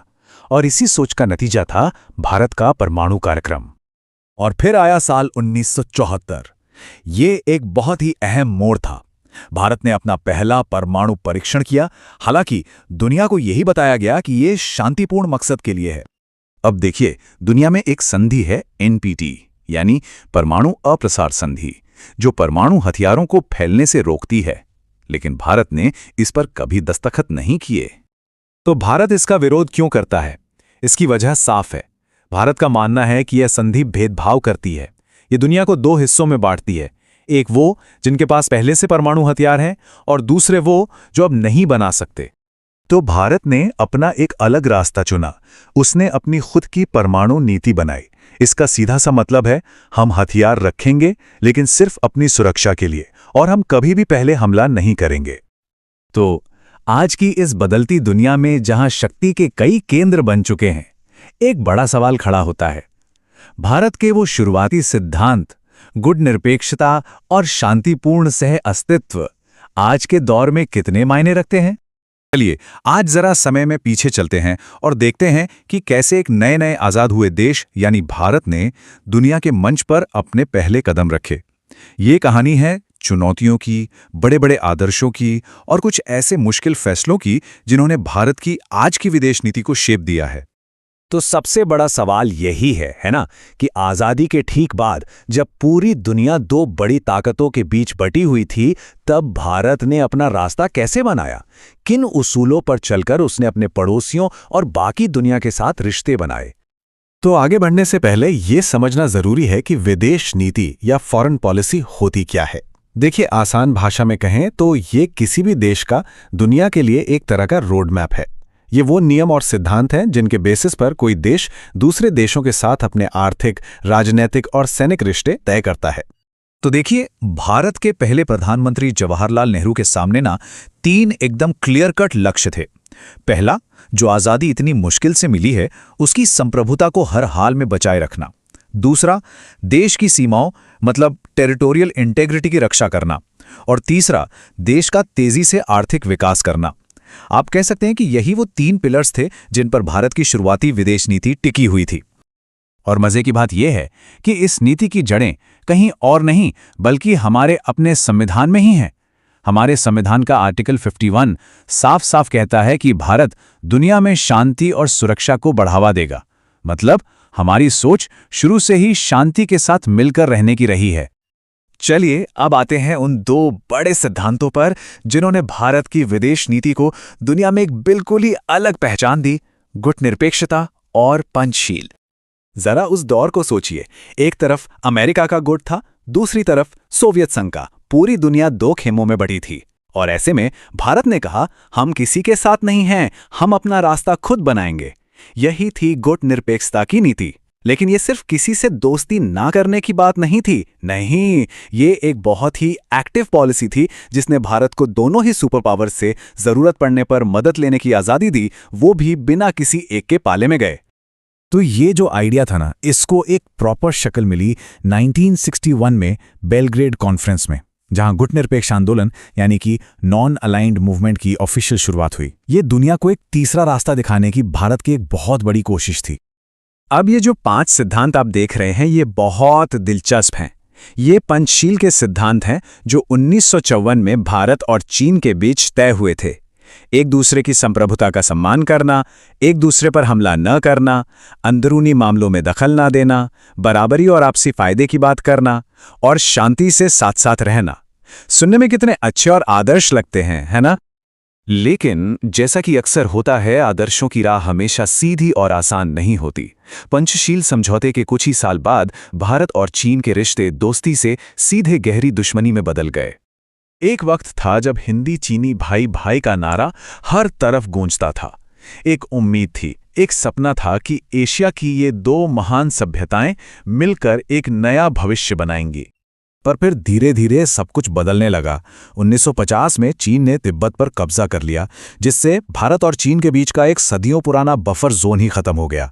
फिर 1959 में जब दलाई लामा ने भारत में शरण ली तो चीन को यह बहुत बुरा लगा और आखिरकार 1962 में चीन ने अक्साई चिन और अरुणाचल प्रदेश में अचानक हमला कर दिया। इस युद्ध ने भारत को एक बहुत बड़ा झटका दिया। रिश्तों में इतनी कड़वाहट आ गई कि दोनों देशों के बीच डिप्लोमेटिक संबंध पूरी तरह से ठीक होने में 1976 तक का समय लग गया। पूरे 14 साल। वो भाई भाई वाला दौर अब एक भूली बिसरी याद बनकर रह गया था। चलिए अब बात करते हैं भारत की विदेश नीति की, शायद सबसे बड़ी और लगातार बनी रहने वाली चुनौती की, पाकिस्तान के साथ संबंध। एक ऐसी कहानी जो 3 बड़े युद्धों से गुजरी है। बंटवारे के जख्म अभी भरे भी नहीं थे कि कश्मीर को लेकर संघर्ष शुरू हो गया। 1965 में एक भयानक युद्ध हुआ। फिर 1971 में पूर्वी पाकिस्तान में जो संकट पैदा हुआ, उसने एक और बड़े युद्ध को जन्म दिया और इसी के बाद बांग्लादेश बना। और फिर 1999 में कारगिल की पहाड़ियों पर पाकिस्तानी घुसपैठ ने एक और जंग छेड़ दी। जरा इस नंबर पर गौर कीजिए, 80 लाख। 1971 में पूर्वी पाकिस्तान से इतने सारे शरणार्थी भागकर भारत में आ गए थे। ये एक बहुत बड़ा मानवीय और आर्थिक संकट था जिसने भारत को दखल देने पर मजबूर कर दिया था। 1971 का युद्ध भारत के लिए एक बहुत बड़ी सैन्य और राजनीतिक जीत थी। ढाका में 90,000 पाकिस्तानी सैनिकों का सरेंडर करना एक ऐतिहासिक पल था जिसने दुनिया का नक्शा ही बदल दिया। इसके बाद 1972 में दोनों देशों ने शिमला समझौते पर साइन किए। तो अब देखिए, एक तरफ चीन से मिला धोखा, दूसरी तरफ पाकिस्तान से लगातार युद्ध। इन सब ने भारत को अपनी सुरक्षा नीति के बारे में और गहराई से सोचने पर मजबूर कर दिया। और यहीं से शुरू होती है भारत की परमाणु नीति की कहानी। तो भारत की जो न्यूक्लियर पॉलिसी है ना, वो कुछ बहुत ही साफ सुथरे उसूलों पर टिकी है। पहला, भारत परमाणु हथियार सिर्फ और सिर्फ अपनी रक्षा के लिए रखेगा। दूसरा, और ये बहुत ही जरूरी है, नो फर्स्ट यूज पॉलिसी, मतलब भारत कभी भी परमाणु हथियार का इस्तेमाल पहले नहीं करेगा। और भारत हमेशा से उन इंटरनेशनल ट्रीटीज का विरोध करता आया है जो भेदभाव करती हैं, जैसे कि 1968 की परमाणु अप्रसार संधि यानी NPT। इस संधि ने दुनिया को 2 हिस्सों में बांट दिया। वो 5 देश जो 1967 से पहले न्यूक्लियर टेस्ट कर चुके थे, बस वही हथियार रख सकते थे। भारत ने कहा, भाई ये तो सीधा सीधा भेदभाव है, ये न्यूक्लियर हैव्स और हैव नॉट्स बनाने वाली बात है, हम इस पर साइन नहीं करेंगे। और इसी बैकग्राउंड में अपनी सुरक्षा की चिंताओं को देखते हुए भारत ने अपना पहला शांतिपूर्ण परमाणु परीक्षण किया। साल था 1974। और फिर कहानी यहीं रुकी नहीं। 1998 में भारत ने एक के बाद एक कई परमाणु परीक्षण किए और पूरी दुनिया के सामने डंके की चोट पर खुद को एक परमाणु शक्ति संपन्न देश घोषित कर दिया। तो हमने आज़ादी के आदर्शों से लेकर युद्ध की हकीकत और परमाणु शक्ति बनने तक का भारत का सफर देखा। लेकिन कहानी, जैसा कि हम जानते हैं, कभी खत्म नहीं होती। आज की ये जो तेजी से बदलती दुनिया है, इसमें भारत के सामने कौन सी नई विदेश नीति की चुनौतियां हैं? ये एक ऐसा सवाल है जो आने वाले कई दशकों की कहानी तय करेगा और सोचने के लिए एक बहुत जरूरी सवाल है। सोचिए, भारत अभी अभी आजाद हुआ है और उसके सामने एक बहुत बड़ा सवाल खड़ा है। क्या उसे दुनिया की 2 महाशक्तियों अमेरिका और सोवियत संघ में से किसी एक का हाथ थाम लेना चाहिए या फिर अपना रास्ता खुद बनाना चाहिए? ये कहानी है उस सफर की जिसमें दोस्ती भी थी, धोखा भी मिला और अपनी एक अलग पहचान बनाने का मजबूत इरादा भी था। चलिए आज समझते हैं कि भारत ने अपनी विदेश नीति की बुनियाद कैसे रखी। तो यही वो बड़ा सवाल है जिसके इर्द गिर्द हमारी आज की पूरी चर्चा घूमेगी। एक ऐसी दुनिया जो 2 खेमों में बटी हुई थी, उस दुनिया में एक नए नवेले देश भारत ने अपना रास्ता आखिर कैसे बनाया? चलिए पता करते हैं। तो किसी भी बड़ी इमारत की तरह भारत की विदेश नीति भी एक मजबूत नींव पर टिकी थी। आइए सबसे पहले उन बुनियादी सिद्धांतों को समझते हैं जिन्होंने इसके शुरुआती सफर को दिशा दी। अच्छा, सबसे पहले ये समझते हैं कि ये विदेश नीति यानी कि फॉरेन पॉलिसी होती क्या है। अगर बिल्कुल सीधे साधे शब्दों में कहें तो ये किसी भी देश के लिए दुनिया का एक रोड मैप होता है। ये उन नियमों और योजनाओं का एक सेट है जो तय करता है कि कोई देश दूसरे देशों के साथ अपने आर्थिक, राजनीतिक और सैन्य रिश्ते कैसे निभाएगा। जरा सोचिए कि आप जवाहरलाल नेहरू हैं और एक बिल्कुल नए देश की बागडोर आपके हाथ में है। आपके सामने 3 सबसे बड़ी चुनौतियां हैं। पहला, बड़ी मुश्किल से मिली आज़ादी को हर हाल में बचाना है। दूसरा, देश की सीमाओं को सुरक्षित रखना है। और तीसरा, करोड़ों लोगों को गरीबी से बाहर निकालकर देश का आर्थिक विकास करना है। ये सिर्फ लक्ष्य नहीं थे, ये भारत के वजूद के 3 सबसे मजबूत स्तंभ थे और इन्हीं ने विदेश नीति के हर फैसले को रास्ता दिखाया। तो सवाल ये है कि भारत ने इन बड़े बड़े लक्ष्यों को हासिल करने के लिए किया क्या? इसका जवाब 2 बहुत ही जबरदस्त आइडियाज में छिपा है जिन्होंने भारत का रास्ता तय किया: गुटनिरपेक्षता और पंचशील। आइए एक एक करके इन्हें समझते हैं। देखिए, कोल्ड वॉर के उस दौर में ना दुनिया सीधी सीधी 2 हिस्सों में बंटी थी। या तो आप अमेरिका के साथ थे या फिर सोवियत संघ के। भारत ने कहा, हम किसी के साथ नहीं हैं।